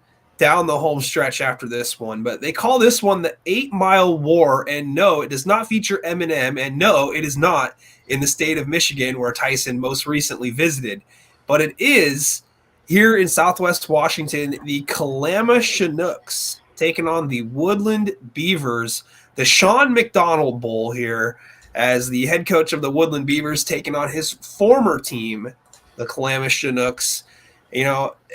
This is a game that, you could historically look at and really kind of throw out the records. And Kalama's playing a couple classifications higher now. This game a long time ago used to be a league game. And then it used to be a one classification difference game. Well, now Kalama, at 2B, Woodland at 2A. Don't tell that to Sean McDonald's new crew, the Woodland Beavers. They are going to be prepared to take on Kalama. Last year, it was 22-0 Woodland at Kalama. But, man, I tell you what, I had a hard time picking in this one here. We're also picking this one for the Daily News Pigskin Prophets, which, by the way, the Daily News proudly powers our show here. And we'll have game picks in the Thursday newspaper for all of the local profits here that we've got throughout the Cowlitz County and Grays County, Harbor, whatever area. I should probably learn all the counties and such. But anyway, I know about this one, and it was really tough for me to decide. If you look at Kalama, they got 19 returning. Very unheard of to have a team return 19 starters. They're on a watch list, of very few teams in 2B that can really make a run. I don't think that you really want to look too much at last year's results, especially when you've got, Ethan Brightville, a really good wide receiver athlete, and then the quarterback, Aiden Brown. I mean, this guy is a freak athlete. He does a lot for all sports. He's a guy who can dunk it on the basketball court, a guy who puts up good numbers in the weight room as well, dual threat. A lot of people look at him and they compare him to, say, Jackson Esri, two-time state champion for Kalama. So, I think that Kalama's got some weapons here. If you look at Woodland, though, they got a really good athletic, long offensive line, and they've got a super good running back in Elijah Anderson, senior quarterback Brett Martinowicz, who's a third-year starting quarterback. I ultimately picked Woodland here in this one because it's at Woodland.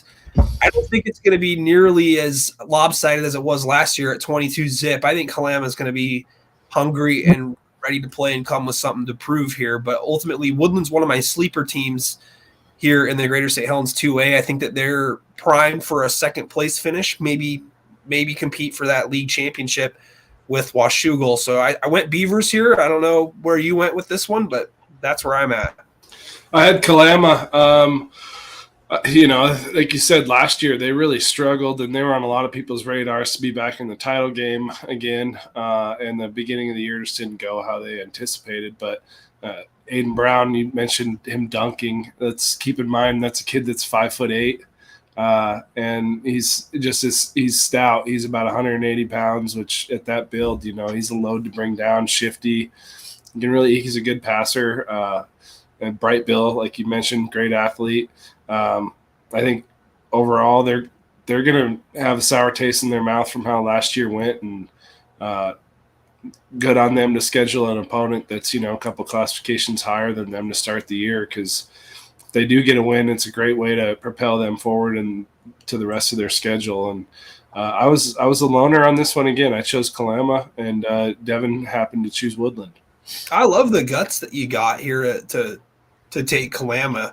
And like I said, I'm not fake building it up here. I do think Kalama is more than capable of winning this game.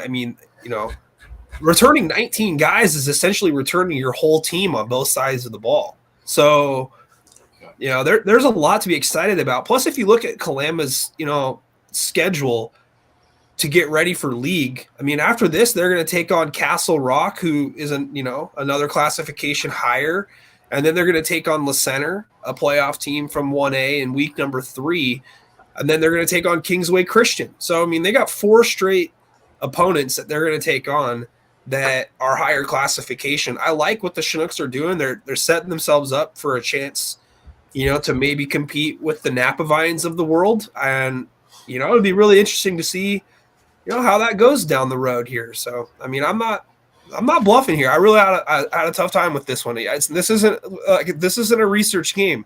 It's where you look at last year and you're like, oh, well, the piece of paper said 22-0, and it was at Kalama. So, what's going to change? I know Woodland's got a lot of those guys back, and it's easy to kind of get lulled into that.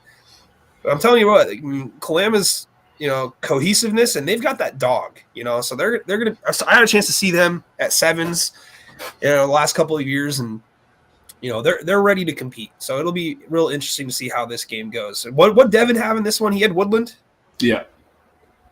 So, all right. I look forward to seeing the result in that game next week, Tyson. Yeah. Hey, I'm on a roll now. I'm breaking off of the main route. Calling audibles.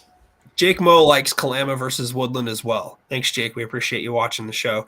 Jake, if you're still watching, who are you picking? That's what I'd love that. That's what we want to know. Yeah, that's all we care about is who are you picking. Yeah. All right. So the next game, another game on paper that looks really good, and it's the Toppenish Wildcats, right, against the Royal Knights. Last year these two teams met week 1 and it wasn't close. Tyson. Royal ended up winning that one 34-6. Toppenish is minus their star quarterback from a year ago in Josh Perez. And, Royal is a 3-time defending state champion. This time it's at Royal. So ultimately, I think that, Toppenish is probably in that position to where they're going to have to get their legs underneath of them a little bit and kind of, get acclimated with the new quarterback. I haven't heard who that is going to be for them, but I'm very confident in the Knights and them continuing to do what they do, and that's just win football games. So I went with Royal in this one. Yeah, agreed. Toppenish, great program, but like you said, get their feet under him. I imagine it's going to take a few weeks to even figure out their identity.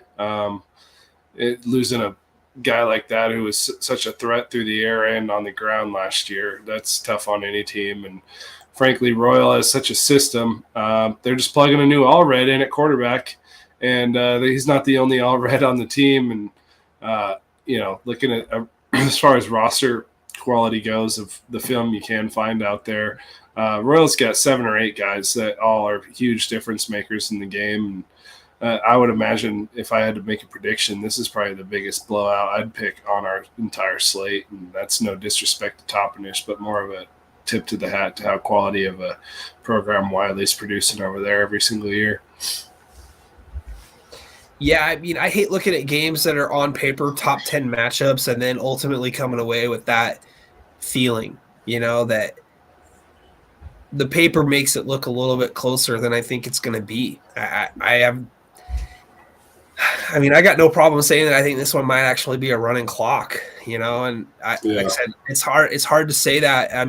Hopefully all the Toppenish viewers here tonight's show aren't uber offended, but like we said, bulletin board material all day, hang it up.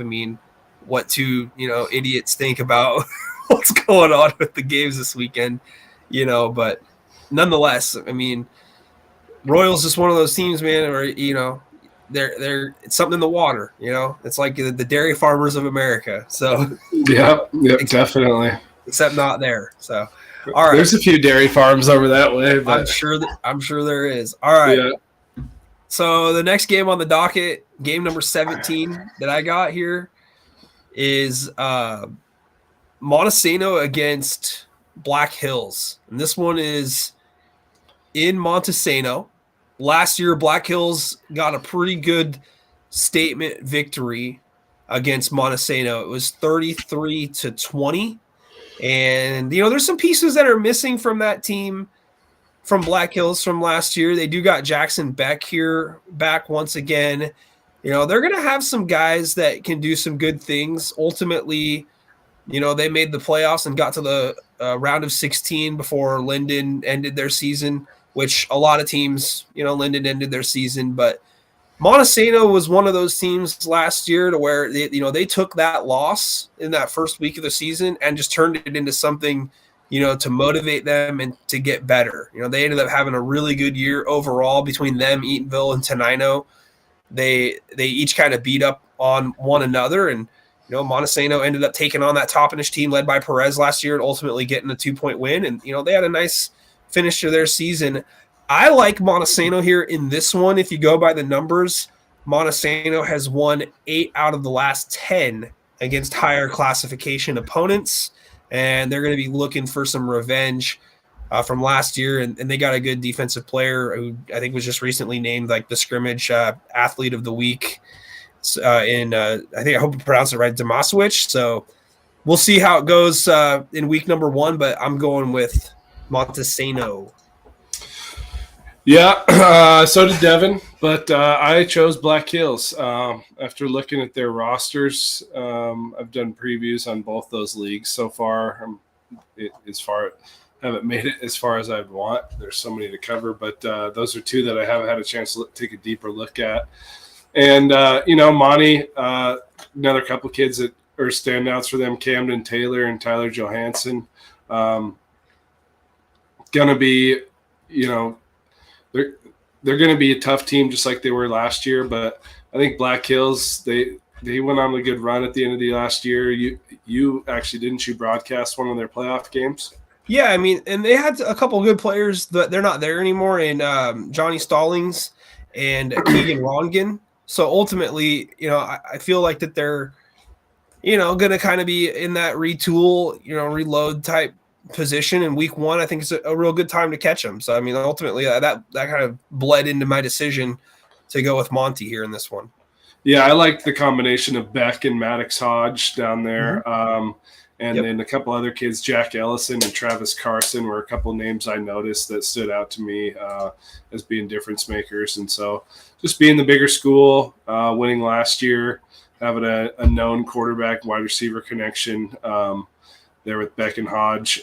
Sounds like a lawyer firm or something, but I like it. Yeah, I chose Black Hills, and I'm alone again. So yeah, I'm either going to kick your guys' butts or I'm going to be way behind. We'll see. Yeah, no, definitely. Yeah, looking forward to both of those teams' seasons. I think that the 1A EVCO and the 2A EVCO has some potential to be really deep this year. And, Black Hills was a number 3 at last year. Shelton was a number 4. Aberdeen's going to kind of be in that neighborhood as well. I mean, hopefully you learned your lesson about logos and the 2A Aberdeen.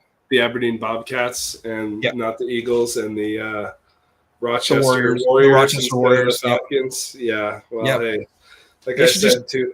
They should just change Rochester to the Talon Bets. That would be awesome because he's a really good player for last couple of years for them. So, but yeah, I'm looking forward to seeing how the seasons go for both of those leagues, and I like this matchup a lot. I think this game has a potential to be pretty close. So, yeah, definitely.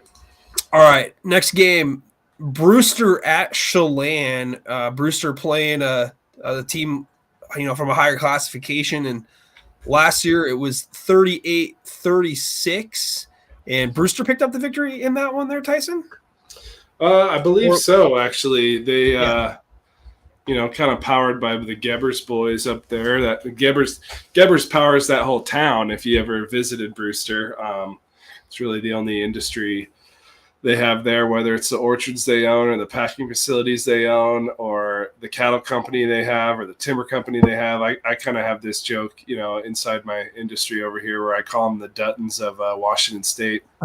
If you watch Yellowstone, because if you go up there from Brewster to Canada, I would say other than the Colville tribe, they probably own more land than Washington State does on this side of the mountains. And this year they've got he graduated, I believe it was his brother. It's either his brother or his cousin. It's a giant family. But this year they got Court Gebbers kind of as their standout guy. And, last year they had obviously his relative, whether it was his brother or his cousin, I don't want to misspeak, but predominantly a basketball player, ended up down at Portland State. But I think he'll be leading the charge for them this year. But Chelan overall has a couple good, notable players, I would say. Ryan Rainville's a kid that's 6'3", 230, plays both sides of the line, moves well. He's a good athlete at that size. And, for that size of a school in 2B, it's as big as they get, really. And then running back that is pretty well put together, runs hard, by the name of Lance Gogol. I think he'll be the X factor in this game for Chelan. Another kid in Dominic Salorza and Jacob Allen. And then Brewster, I couldn't find quite as many notable players. Like I said, Gebbers was kind of the one that stood out to me. But I think overall, Chelan being the bigger school and just having a little bit more talent that's notable, they take this one. Yeah, I went with Chelan here in this one also. And, just based on the fact that they got a home game and, bigger school, let's do it. Why not? Yeah, Devin took Chelan as well. Boring. We got to come back together every once in a while. Yeah. All right, we're almost there, buddy. We just got a couple more. So we got Raymond South Bend at Toledo. Toledo was another one of those teams that, lost the season opener last year, lost to Raymond South Bend 35-20, and that was at Raymond. This year, Toledo, has a couple new faces, but ultimately, I like where the Riverhawks, as they call them, are heading in the right direction, and they had a pretty strong season overall last year. They ultimately fell to Shawela after defeating Kittitas. So, I mean, how that goes into this season, I'm not quite sure, other than the fact that I'm going to go with Toledo here. I'm obligated to. So we're going to go Riverhawks on this one in a very close one against the Ravens. Yeah, these are both teams I put inside my top 10 for my 2B. Probably the biggest crapshoot of rankings I think I put together after 1 and 2, but they're both teams that were solid last year. I believe both teams were playoff teams. And at the beginning of the year, week 1, it's kind of a flip of last year. Raymond South Bend beat Toledo 35-20, and so I expect them to do the same thing this year, just judging by what the books say in the last few seasons. I don't think that it's, I think it's a real tough game to pick, honestly. I don't think there's an easy answer here. No, and Devin took Toledo. So, that's really, I think, from the time that Raymond South Bend was brought together as one school, last year is the only year that we have any evidence to base this off of as them being common opponents. Yeah. I mean, Toledo's in the local TD and Pigskin Prophet, demographic. So, I mean, this is a obligatory pick here, gotta do it. There's, whenever you have like that question mark, you always go local. Doesn't matter. So, Toledo. Sure. They're both, I imagine, filled with some sons of some loggers down in that area. But from everything I've ever known, Raymond is a little deeper into those woods. So I'm taking those loggers, boys. Bunch of Paul Bunyans. Let's do it. All right. So we got one more before the game of the week. And this is a game that features Devin's pick for the 1A state champions, and I believe yours as well. The Nooksack Valley Pioneers at Mountain View. Still there, buddy? I think that maybe your video cut out there. Somehow it looks like that the lights went off in your room. Can you hear me there? Oh, we might have lost Tyson here on this one. All right. Well, the show goes on. All right. So if we have to, we'll roll solo. We've only got a couple more yet. They're just switch to me here. So I'm sure that he'll be trying to rejoin here in just a little bit, but apologies for the technical difficulties. All right. So we got 2 more games. Nooksack Valley Pioneers taking on the Mountain View Thunder. This is a 1A versus a 3A opponent here. Nooksack was the pick for Devin and for Tyson to win the state championship in the 1A classification. Mountain View, on the other hand, not necessarily getting quite the amount of love that they had last season. And this was one of those games last year that most thought Mountain View was going to go up to Nooksack and handle their business and come away with a victory. But it was the Pioneers getting a 1-point win, 15-14. And I'm really, really looking forward to this matchup here. And I know that Devin has Nooksack Valley winning this one. I went with the Thunder of Mountain View. And I really don't have much of a reason why, other than the fact that Mountain View is going to reload. And they always have competitive teams down here. And I know Nooksack has, arguably one of the best players in Colton Lentz. And I just look at the amount of travel that goes into a game like this. This is basically going from one half of the state, the very top half, to the very bottom half. And, it's a lot to endure. Mountain View had to do it last year, and it just never looked like they, were able to get going in that one. So it looks like Tyson's getting loaded back in here. So we'll bring him in for a quick second. All right. You there, buddy? Yeah. Sorry. Can you hear me? Yeah. I was just rambling on about how I think Mountain View is going to win this game against Nooksack Valley here this week. So we might have lost you again, though. So the internet isn't too kind right now for you there. Yeah. Now I love the graphic. He's got the sorry. Looks like he's joining up again here. What do we got? Technical difficulties. Can you hear me? Are you there? Can you hear me? I can hear you, yes. Okay, yeah. Yeah, I don't know if it has anything to do with the fires that were local, but all of a sudden all the lights just went you probably saw it on stream for a second. Yeah. All the lights just went down, and then my internet obviously had to reset, so sorry about that, but I don't know what the general cause was. But you were on Mountain View and Nooksack, and yeah, I was just telling everybody that, you know, it was a close game last year, and you know, while I do like Brown and I like Lentz for Nooksack Valley, I think this is just, you know, going to be a pretty difficult game for them to have to travel down and take on a team that, you know, is perennially competitive here in the Greater St. Helens League, and it was a 1-point game last year. So I went with Mountain View in this one. What say you? Well, and it took a pretty heroic play by Colton Lentz to really take that game away from Mountain View. But then again, Mountain View had a senior quarterback last year. I believe they had a senior wide receiver that they hooked up, you know, often the whole season long. But I picked Nooksack to be my 1A title champ, and frankly, I think they've got the hogs and the strength to play up classifications, whether it's Mountain View or somebody else.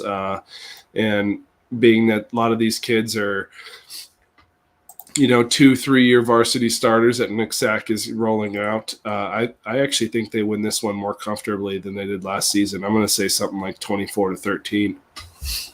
Devin's got Nooksack too, obviously. Yeah, I mean, it's, you know, it's okay for you guys to back your horse.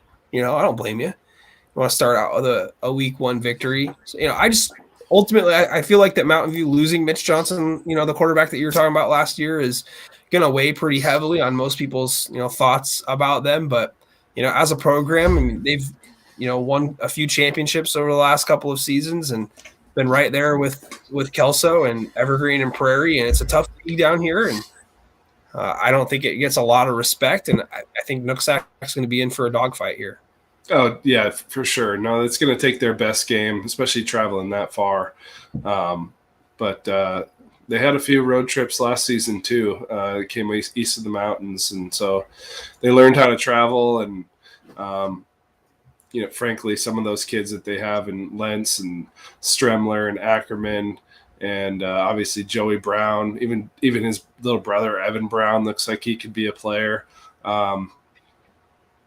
There's another kid that plays in their secondary, and I'm forgetting his name. There's a Jackson Bennett. He's a little stud, you know, kind of slot Z guy. I think they give him some carries and you know, motions and screens and stuff. So they've got a plethora of weapons that I think, you know, people might look past at first thought because it's kind of thought to be the Joey Brown and Colton Lentz show, but they're a much deeper team once you look at them. And I think, you know, like I said, whether it's Mountain View or another 3A school, I think they'd give them fits. I know they did. To run it back to Moses Lake, Moses Lake and Nooksack played at the Eastern Camp this summer with a bunch of other good teams there. And Moses Lake's head coach Brett Jay said that was one of the toughest teams they went up against, and with their strength on the offensive line, they had a hard time stopping them. So sure. I expect them to give Mountain View a handful. All right. So there's a game that we're split on. You and Devin agree. So there we go. We'll have a few for sure.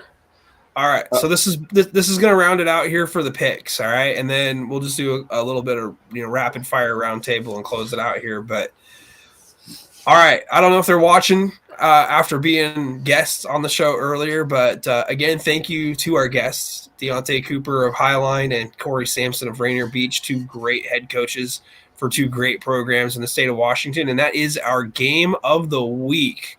The Rainier Beach Vikings taking on the Highline Pirates. And this one's in Burien at Highline High School.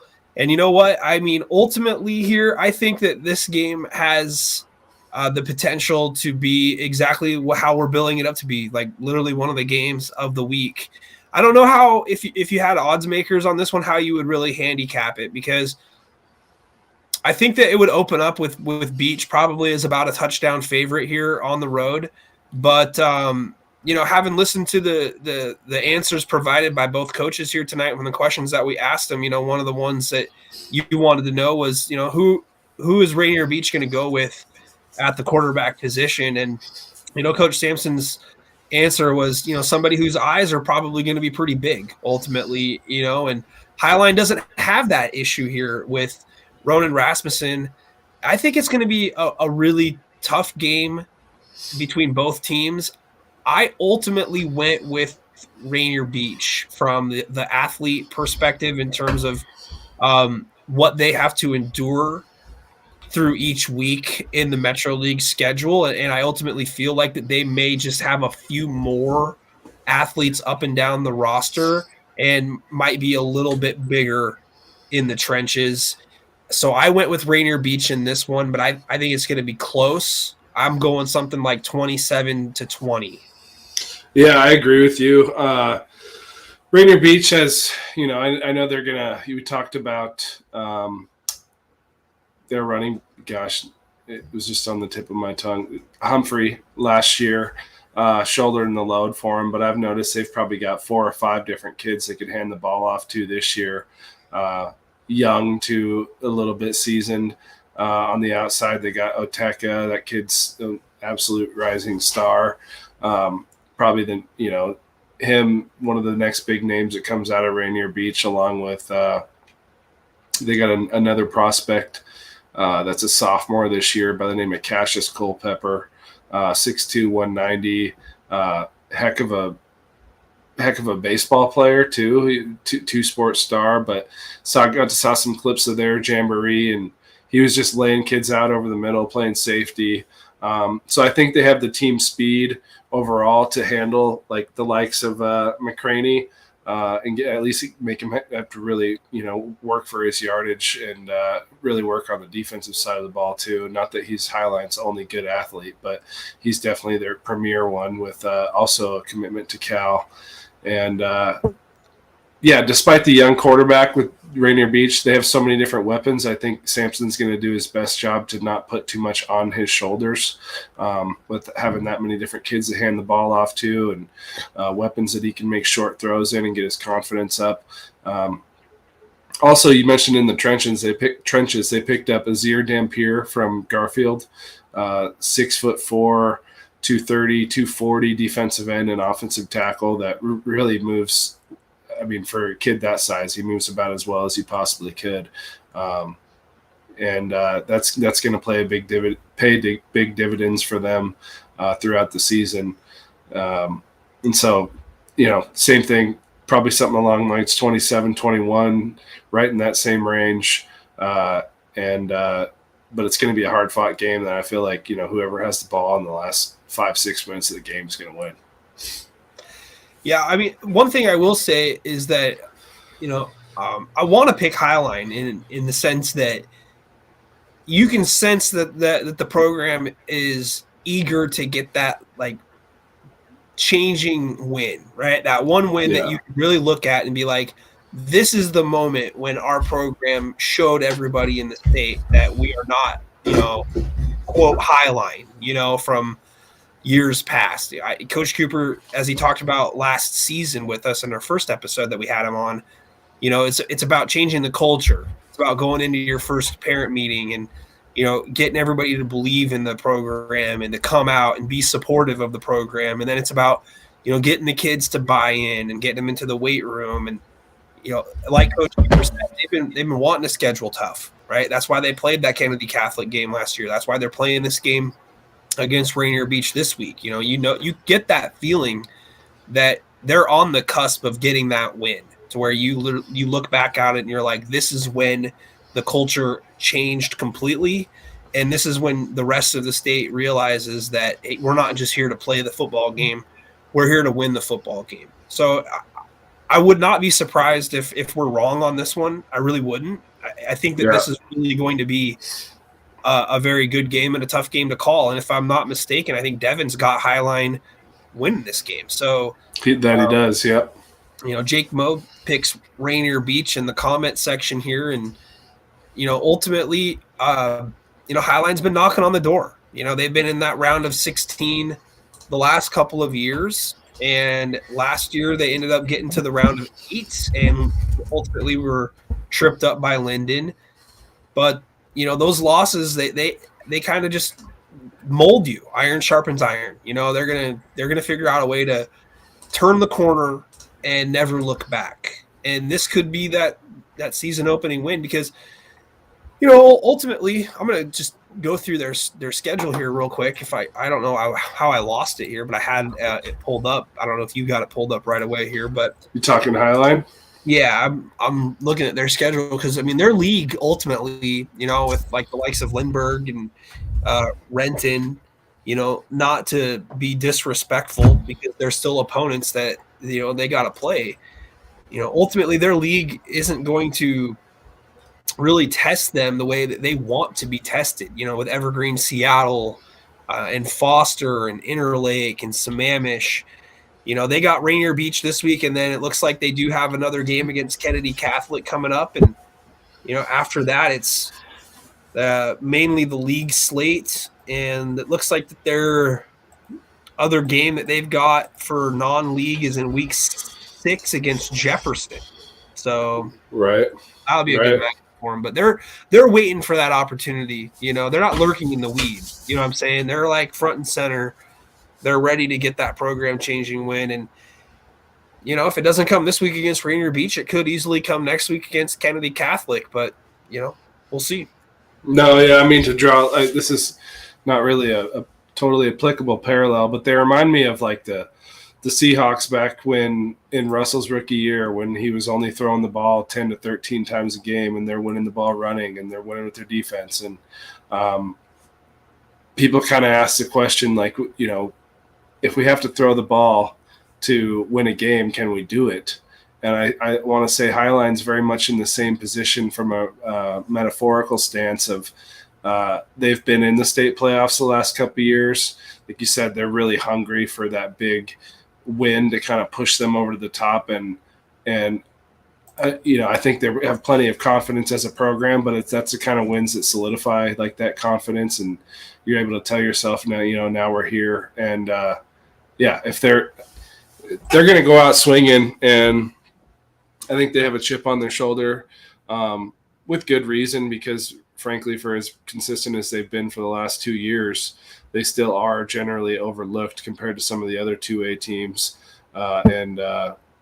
They've got the athletes to beat, a lot of programs in this state despite the classification. So I wish it was one I could go attend because it'd be fun to, see the interaction pregame, postgame between those two great guys. And I hope they both stay healthy and come out of it with a good sense of where their team's at afterwards. But could see it going both ways. I see why Devin chose Highline actually, before we even got to this game again, just after talking to him, I was like, man, I could definitely pick Highline too. There's Cooper's got that calm confidence to him that I think you could see it resonate probably through his team, where it's like, they know they have something to prove, but at the same time know how good they really can be. And it's just a matter of putting it all together and having it roll all downhill for you. I like the fact downhill in a positive light, by the way. Yeah, I like the fact that it's like it's all support between those two until the game starts. And once the game starts, it's like they both acknowledge. It's like, man, coach, it's like we're gonna take it to you, So I like that aspect of their relationship heading into the game here. So no, definitely, it's I asked them that mentor question, and I love the answers they provided. But it obviously, you could see that Sampson is basically a mentor of Cooper, being that he's been around for a while, and he called him, what do you call him, an OG as far as Washington coaching ranks go, someone he very much respects. So that's going to be a good game. I'm happy we chose it as our game of the week. Obviously, it's applicable to those two guys being on, but and it might not be. You could look at some of these other games on paper as far as being game of the week, but I think from there's many different factors, but from a similarity standpoint, in that they're both programs that have had to maintain their level over the last few years, specifically Rainier Beach playing in probably the toughest league in the state, typically with half or a third of the numbers of, like, say, an O'Day or an Eastside Catholic or, I guess Garfield generally has a little bit bigger turnout, but both those Seattle area schools don't quite get O'Day's probably got 110 kids in their program. I think Rainier Beach suited in their playoff game last year. They suited up by about 34. So, and then, Highline, I think it's a program that had super low numbers when Cooper came in, and everything has changed just due to his reputation and kind of his character. And so they're teams that every single year definitely are going to have a lot to prove. But, if I was a kid playing high school football, I'd be stoked to play for either one of those two guys. Oh, 100%. Yeah, they're the type of coaches that you'd run through a brick wall for them. 100%. Yeah, definitely. And you could tell that they do the same thing for their players. By the way, I can tell that you took my advice and went with the stash. I love it. It was time. I usually always have it at least once during the summer. And then it was funny because tonight, I think I did it on Sunday or something. And Hannah's like, "You're going to look like totally different than you did last week." And I said, "Oh yeah, I got to be on camera tonight." Yeah, you gotta have the cop stash. I got a little bit of a gap in there, but it grows together pretty quick. But I love the mustache in honor of really what made me start doing it a couple years ago was Ted Lasso. Yeah. Ted Lasso is awesome. All right. Yeah. Those are the 20 games that we chose to dissect this week. If you guys have any suggestions as to what games you might want us to talk about, might want us to preview and pick, feel free to drop them in the comment section on Twitter, on Facebook, on YouTube, whatever you got.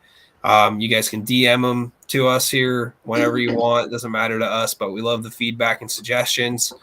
And we're hoping to get some athletes to send us some highlights, like some top plays. We'd love to do a top plays reel. This program here that we're using does allow us to load some video in. So if we have enough plays sent to us by some athletes, send them in. I got footage from the game that I'll be doing this week. By the way, the game that I'll be doing is the first ever game at Longview Memorial Stadium to be played on field turf. So Longview Memorial will be welcoming in some new stomping grounds, so to speak. It's going to be the Battleground Tigers taking on the Mark Morris Monarchs, and that game will be broadcasted for free on our YouTube, Facebook channel. So Castle Rock versus RA Long. Yeah, Jake, I got the pick'em for that in the newspaper coming up on Thursday. So I won't spoil that one. So if you're wanting to read the daily news for the Pigskin Prophets, we've got our picks coming in on Thursday. Yeah, Castle Rock and Arlong played last year. It was a very, very, very,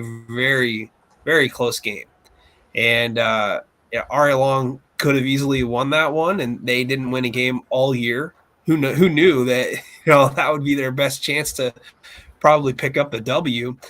But yeah, that was a 9-7 game, I believe, or something like that, or 12-7. It was, I have to look it up, but it was real close. And this one's at Castle Rock, so we'll see how it goes. But my pick is in the newspaper. But there are some other really good games this weekend, though, Tyson. We're just not really gonna get too deep into them, and not gonna ultimately make picks on them because they all involve Oregon teams.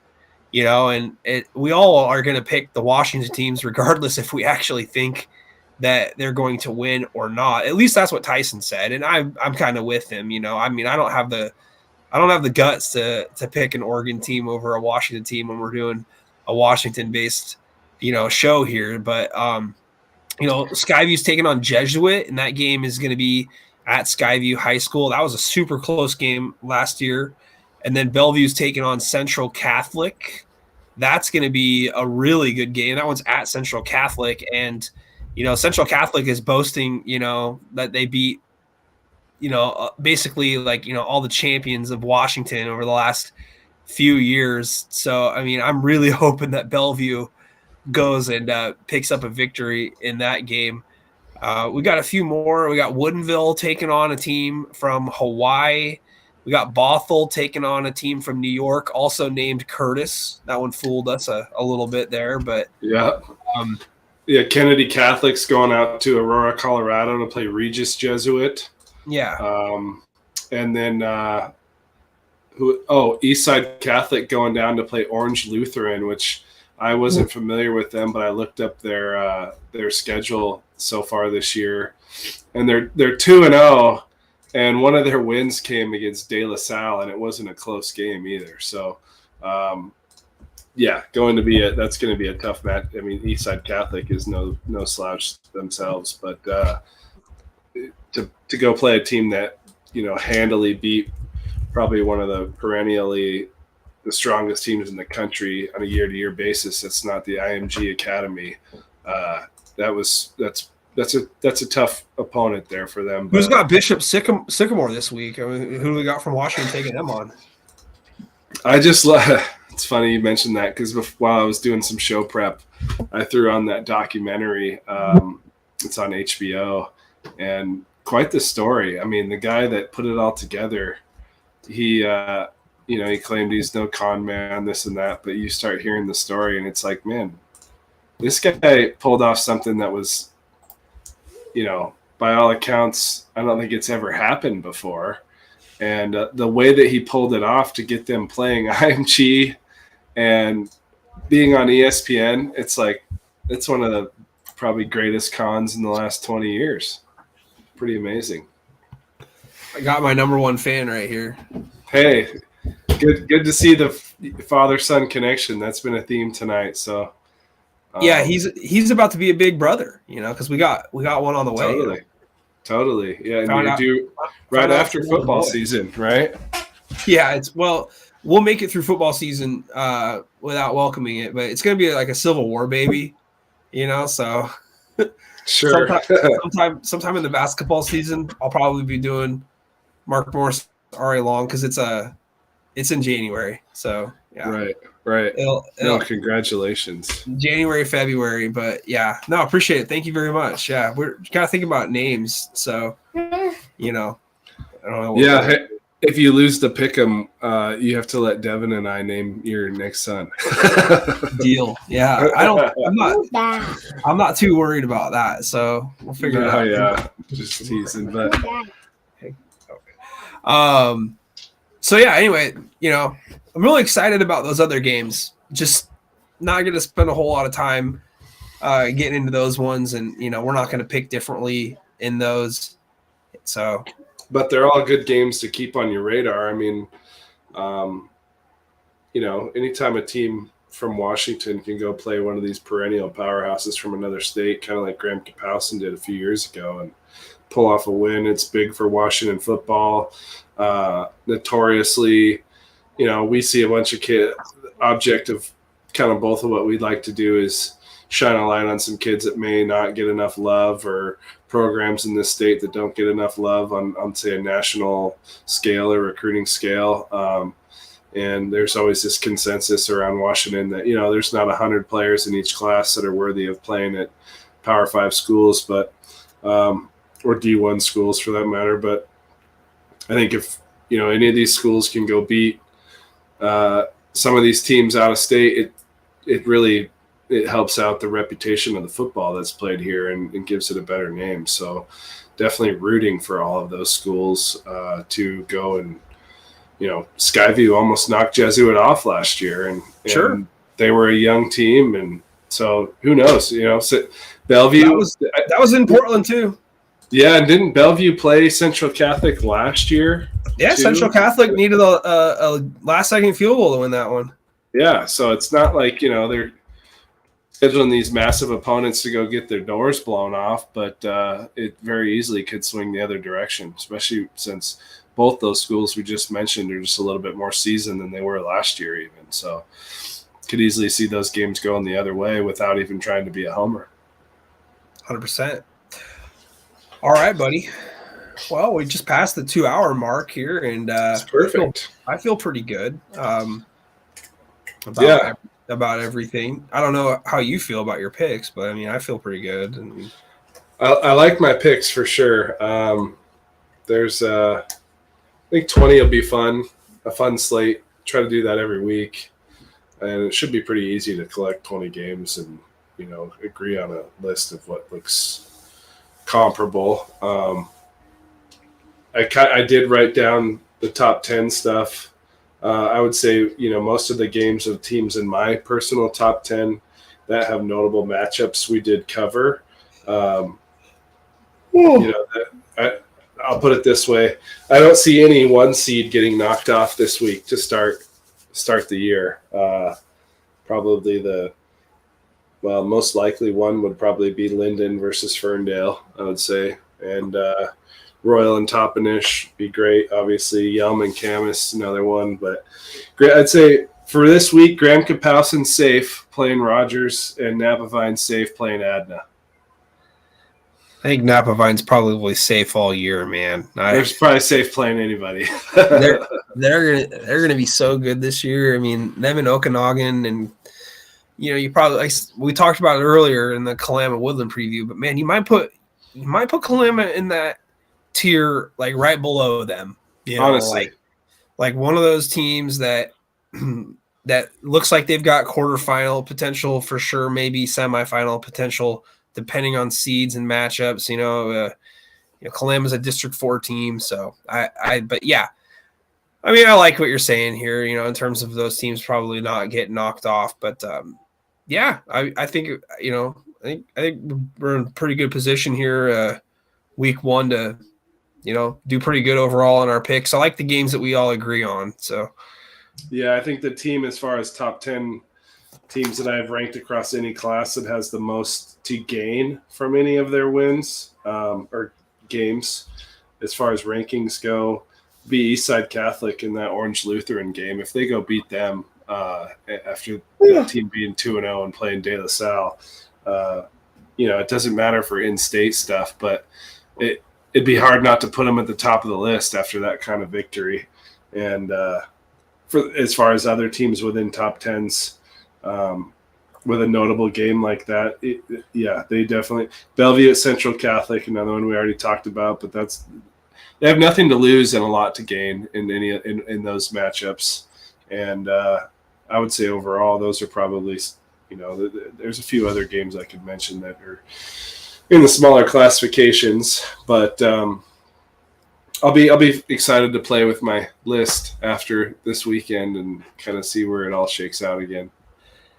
Man, I think Highline's got the most to gain, in Sure. the game. I think if they win their game against Rainier Beach, I think that they've cemented themselves as, as real of a team as there can possibly be in 2A. Right, definitely. No, and they're going to have to do the same thing the following week. That's takes a lot of guts by Coop to schedule those two teams to start their year off. But, if you can go out and even come out of those two matchups 500, you're set until playoff time, I'd say, in that league. Right on, man. Well, I'm pretty good. You got anything else you want to add before we get on out of here for tonight and then revisit all this stuff next week? No, just thanks again to those two coaches for coming on, Coach Cooper, Coach Sampson. We'll have to kick around some ideas for who we might want to have on next week, and it was fun doing. I don't know that we could get all the. That might be one of the few combinations of coaches we could get on at the same time together in the Sure. in a game week. So it was a blast to start off the year with that. But moving forward, we don't have any teasers for you for next week as far as guests go, but we'll line something up, and we'll have to see who we maybe we do a few different guys and some players for that matter. But like Nick mentioned, we'll have to post our emails in some tweets or Facebook or whatever, and hope that we can get some highlights reeled in to add that segment to the show, because I think that'll be a lot of fun. Absolutely, man. Yeah, would love to add that in. Do some highlights, do some video stuff, and keep it going. It's all about the athletes. It's all about the coaches. Well, the coaches will tell you it's still all about the athletes. So it really is. Yeah, totally. No, I mean, good coaches go a long ways, but at the end of the day, all they can do is call plays and hope that their guys follow through. I sucked up tonight with the UW garb, so I was too scared to Me too. I was too scared to tell them who my pick was while they were both here. It's like we're gonna build up the drama here. We're gonna wait till later. Oh, definitely. No, it's hard to when you like both guys so much, it makes it hard to pick one over the other. Yeah, they're both gonna win. Yeah. Yeah. Hey, it's 2023. That can happen. It's a tie. It's a tie, and they both win. So. Yeah, definitely. Well, hey, good. Have fun announcing this weekend, and I'm sure maybe Devin will be back next week. Probably try to shoot for a Monday. I don't know. Tuesday works too, but either way. I mean, whatever works out. I'd love to continue to do it on Mondays, if possible. That day is probably going to work out, pretty well throughout the entire season for me and everything. This was just kind of one of those situations where, with week one and, a really good matchup with two good guys that know each other and talk to each other, and Cooper and Corey wanted to get them on. And, this was the time that worked out for all of us to do that. So, again, we're very grateful to have them come on the show and love to have them on once again. Yeah, definitely. Hopefully mid-season checkup would be fun. Something like that for sure. Yeah, for sure. But stay tuned. There'll be many more good interviews coming down the line. Yeah, hopefully it's good at least. Who knows? Yeah. Could suck. It'll be good on their end. I won't say on my – yeah. All right. Well, thanks everyone for tuning in to tonight's show. On behalf of my co-host Tyson McCallum, I am Nick Sisson of N2 Media, and we do appreciate you watching. Please make sure that you're liking and following us on social media. And again, be sure to drop comments and suggestions and hate mail and highlights in the upcoming days leading into next week's show. We'll have episode 3 of the Pigskin Prophets next week, where we will reevaluate ourselves after doing tremendously well, hopefully, in our pick'ems, but there is a chance that we do tremendously bad as well equally. So thanks again for watching tonight, and we look forward to having you next week. Cheers.